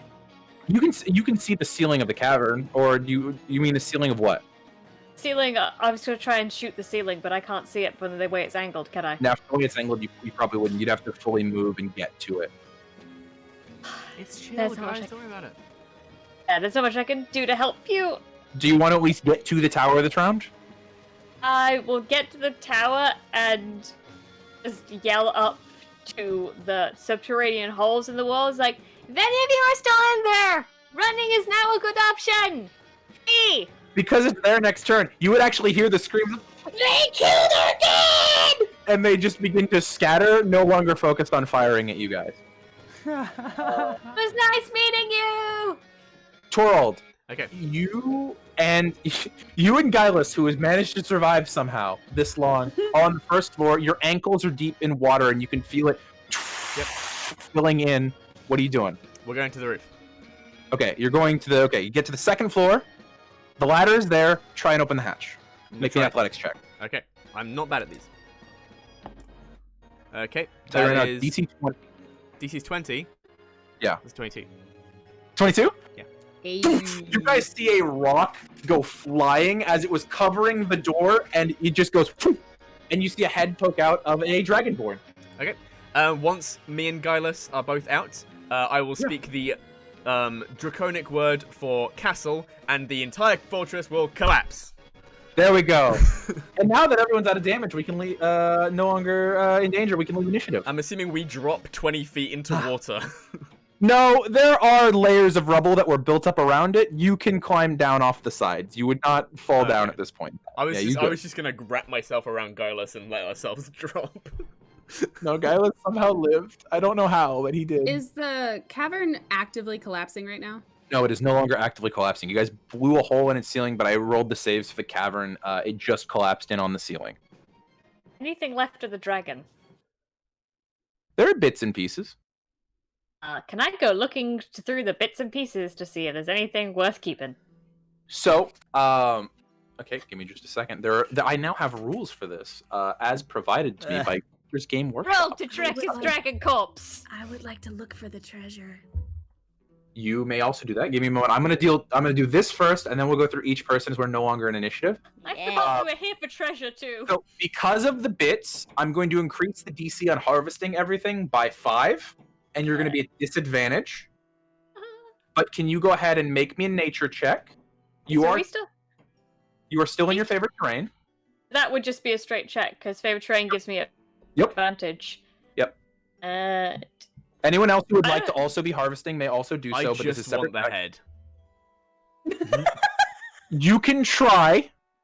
The head is a very high DC to try and pull out of a wall without properly. Wall? Yes. What do I roll? Athletics? There's nature checks for this. I'm saying to extract it without damaging it is more nature based than it is athletics based. Oh, natural 20. Yep. Yeah, did you do yours at disadvantage because this isn't your favorite terrain? 16 minus 1. Okay. 15. 15. Okay. What did you get, Cricket? Does this count as favored enemy? Yeah, it is your favorite enemy. Cool. I rolled a natural 20, so plus 10 is 30. So as you're trying to like pull at this head by the horns and just. When you know what you're fighting, everyone. You pull it out of the wall, and it has scraped all of the flesh off of the skull. It's fine. I only want the skull. But as you're walking by, you see that Cricket is very calmly walking over.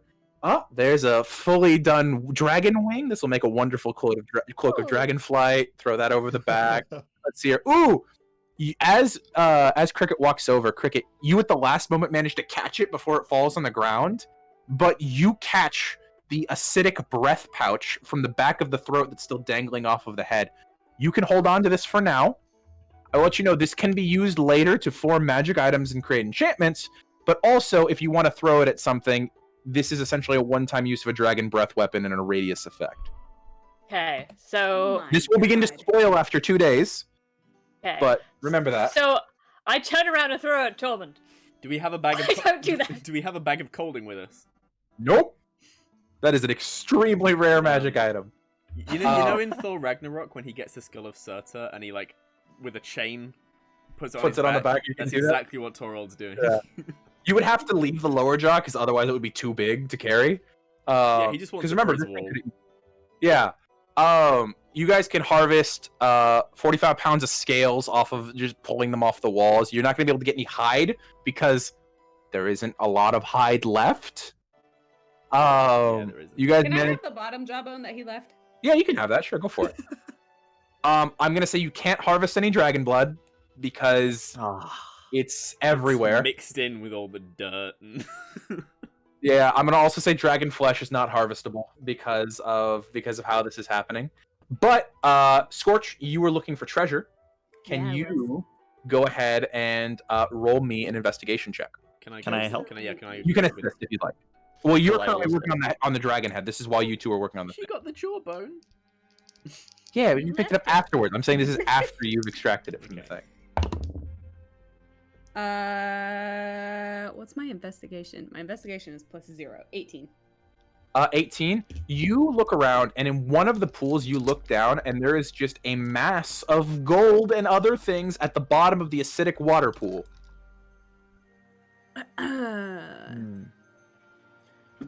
Found it. Hey, are you guys okay down there? You guys see the rest of your hirelings have made their way to the edge of this massive explosion? Yeah, guys. What am I doing Max's voice? Ugh, I didn't like that. Yeah, guys. You need to set up a get the block and tackle and make a lift to get all this treasure out. I guess we can do that. This is one of the reasons we brought you. Well, it was more, how do we get it out of the water? I could probably help with that. Yeah, I'll help swim around. I'm resistant to acid, so. Okay. Go ahead and roll me those of you who are resistant to acid, roll me 2d10 and give me the higher number. Those of you who are not resistant to acid, give me a d10 and roll just a regular d10 roll. If you're going to attempt to pull treasure out of the water, this is the amount of rounds that you can go in the water without actively dying. 6. I am going to not go in. However, when people come out, if they look like they've taken a lot of damage, I will be casting healing. Okay. So I I'm rolled doing my a part. 6, but I'm going to go ahead and summon my healing spirit, which is a teeny tiny fire fairy, and she's going to be healing me every round that I'm in there. Okay. Rolled a 7. I'm not Okay. resistant. Okay. So you can spend 7 rounds in the pool getting stuff before you start getting to the point Really? where it's endangering your life. I will heal. Yeah, so you can get healed, and over the course of time, I'm gonna say it's gonna take probably 3 to 4 hours Yeah, it's fine. of swimming Deal. to begin to extract gold and other things out of the pool. Are you gonna task the hirelings on immediately sending it up, or do you want them to package it and count it first before they send it up? Package and count. Why not? Okay. Yeah. So they have 4 empty barrels that have a bunch of cloth sacks in them, and they begin to organize them into bags of 100 coins. Let me go ahead Are and there pull any up. magic items? I'm going to pull up the horde right now. We just got a dragon horde. Oh, I can't wait for next episode when we get to use this treasure. Hey, you never know. We have tons of parties from one shots that could always come back, and they could matter later. Let's see here. So, in terms of the coins, okay, let's see here. Oh, okay.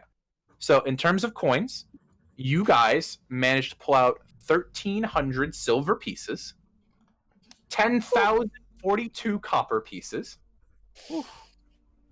1,087 gold pieces, 70 platinum pieces, a set of Brazers of Defense, an Elixir of Sneaking, which is a stealth potion. There is 3 scrolls, one of Cause Fear, one of See Invisibility, one of Disguise Self, and a Carpet of Flying. Can I have the carpet of flying? It's Oh big, my so you God. can all ride on it. Can have the carpet of flying. Yes, we can all. But have like, Okay. think about me in the sky with my sniper rifle, Oh my God. raining death down from With you 400 having feet in the air. successfully looted the horde and looted the body, I'm going to say that was a successful one-shot. Good job, guys! Nobody died! Nobody It came close. I had to be merciful. We got real close in the first couple rounds. That was almost real scary. Dude. When it comes to that, it's just cool. You know, yeah. You're just gonna roll a little bit of damage. I went down to 17 hit points, just my from God. that little bit of damage. that was rough. That was fun. That was Hey, good good though. I job. went all the way 10. down to 69 hit points. All the way down to Nice. 210. You were in a in fucking such- invulnerable power that entire time. You wanna lost. shut the fuck I up. picked the One hit best point. magic item in this whole party. How much damage did the dragon deal to the tower? The dragon got it down to 44 out of 100. My explosion means- knocks it down to 9. Okay, wait, so 44. So out of 44 out of 100, which means that let's see here, that it did 66 points of damage to the tower. That was 100 doubled, and 32. 132, that's it. 132 points of damage the tower absorbed for you guys. Is all I'm gonna say. Oh yeah, the tower was really helpful. Would have been dead. Yeah. Dragon never made any al- melee. I have attacks. always wanted a Dan's Instant Fortress. Yeah, now you have a damaged as fuck one. So I'm just gonna get someone to wish on it twice to fix it. 2 wish spells. Wish spells not a thing people in this universe can cast. So that's great. Is it? It's not. I'm not Birdie. I don't offer players wishes. Wow. Wow. Anyway, thank you guys so much for joining us. Why Hold don't me we go responsible for through- your own actions, Aaron. I mean, no, it's not my fault that I got offered it. But can we go through our players? If you guys want to shout out any shows or projects you're currently a part of that you want people to know about.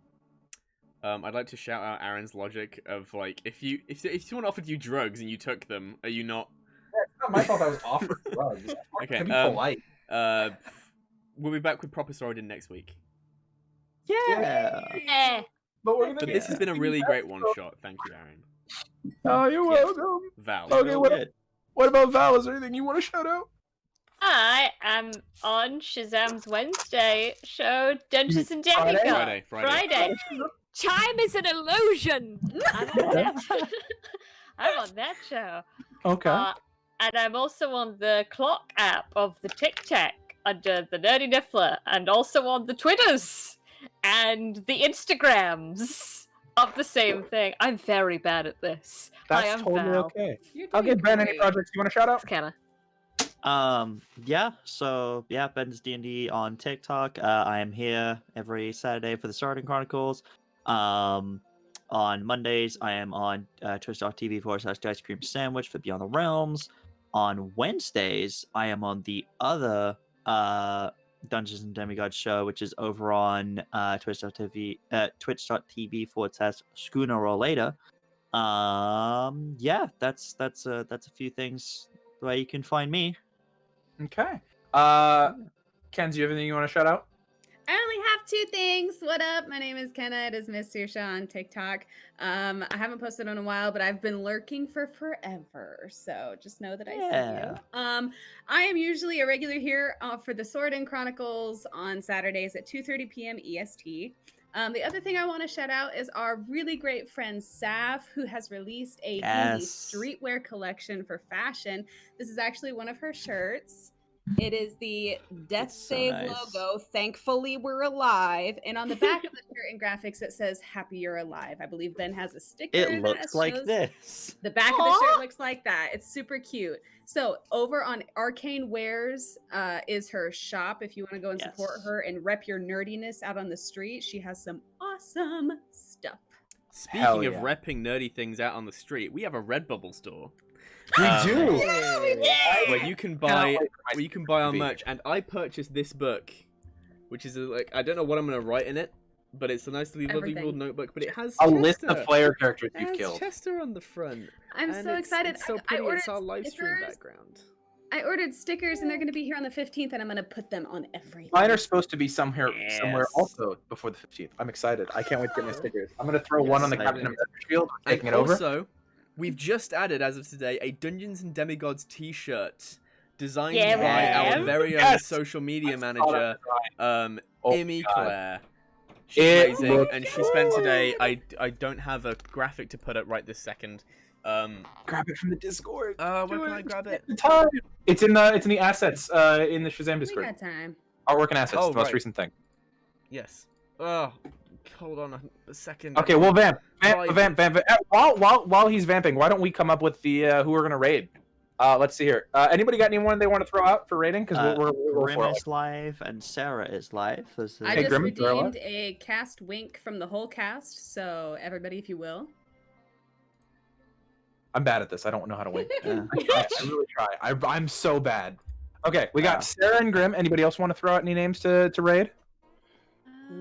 And it could be anyone. It could be a random channel you've never heard of. If you want to click on the Dungeons and Dragons tab and just find a random stream to throw on the list, go for it. The Dungeons and Dragons. Okay, I have the thing.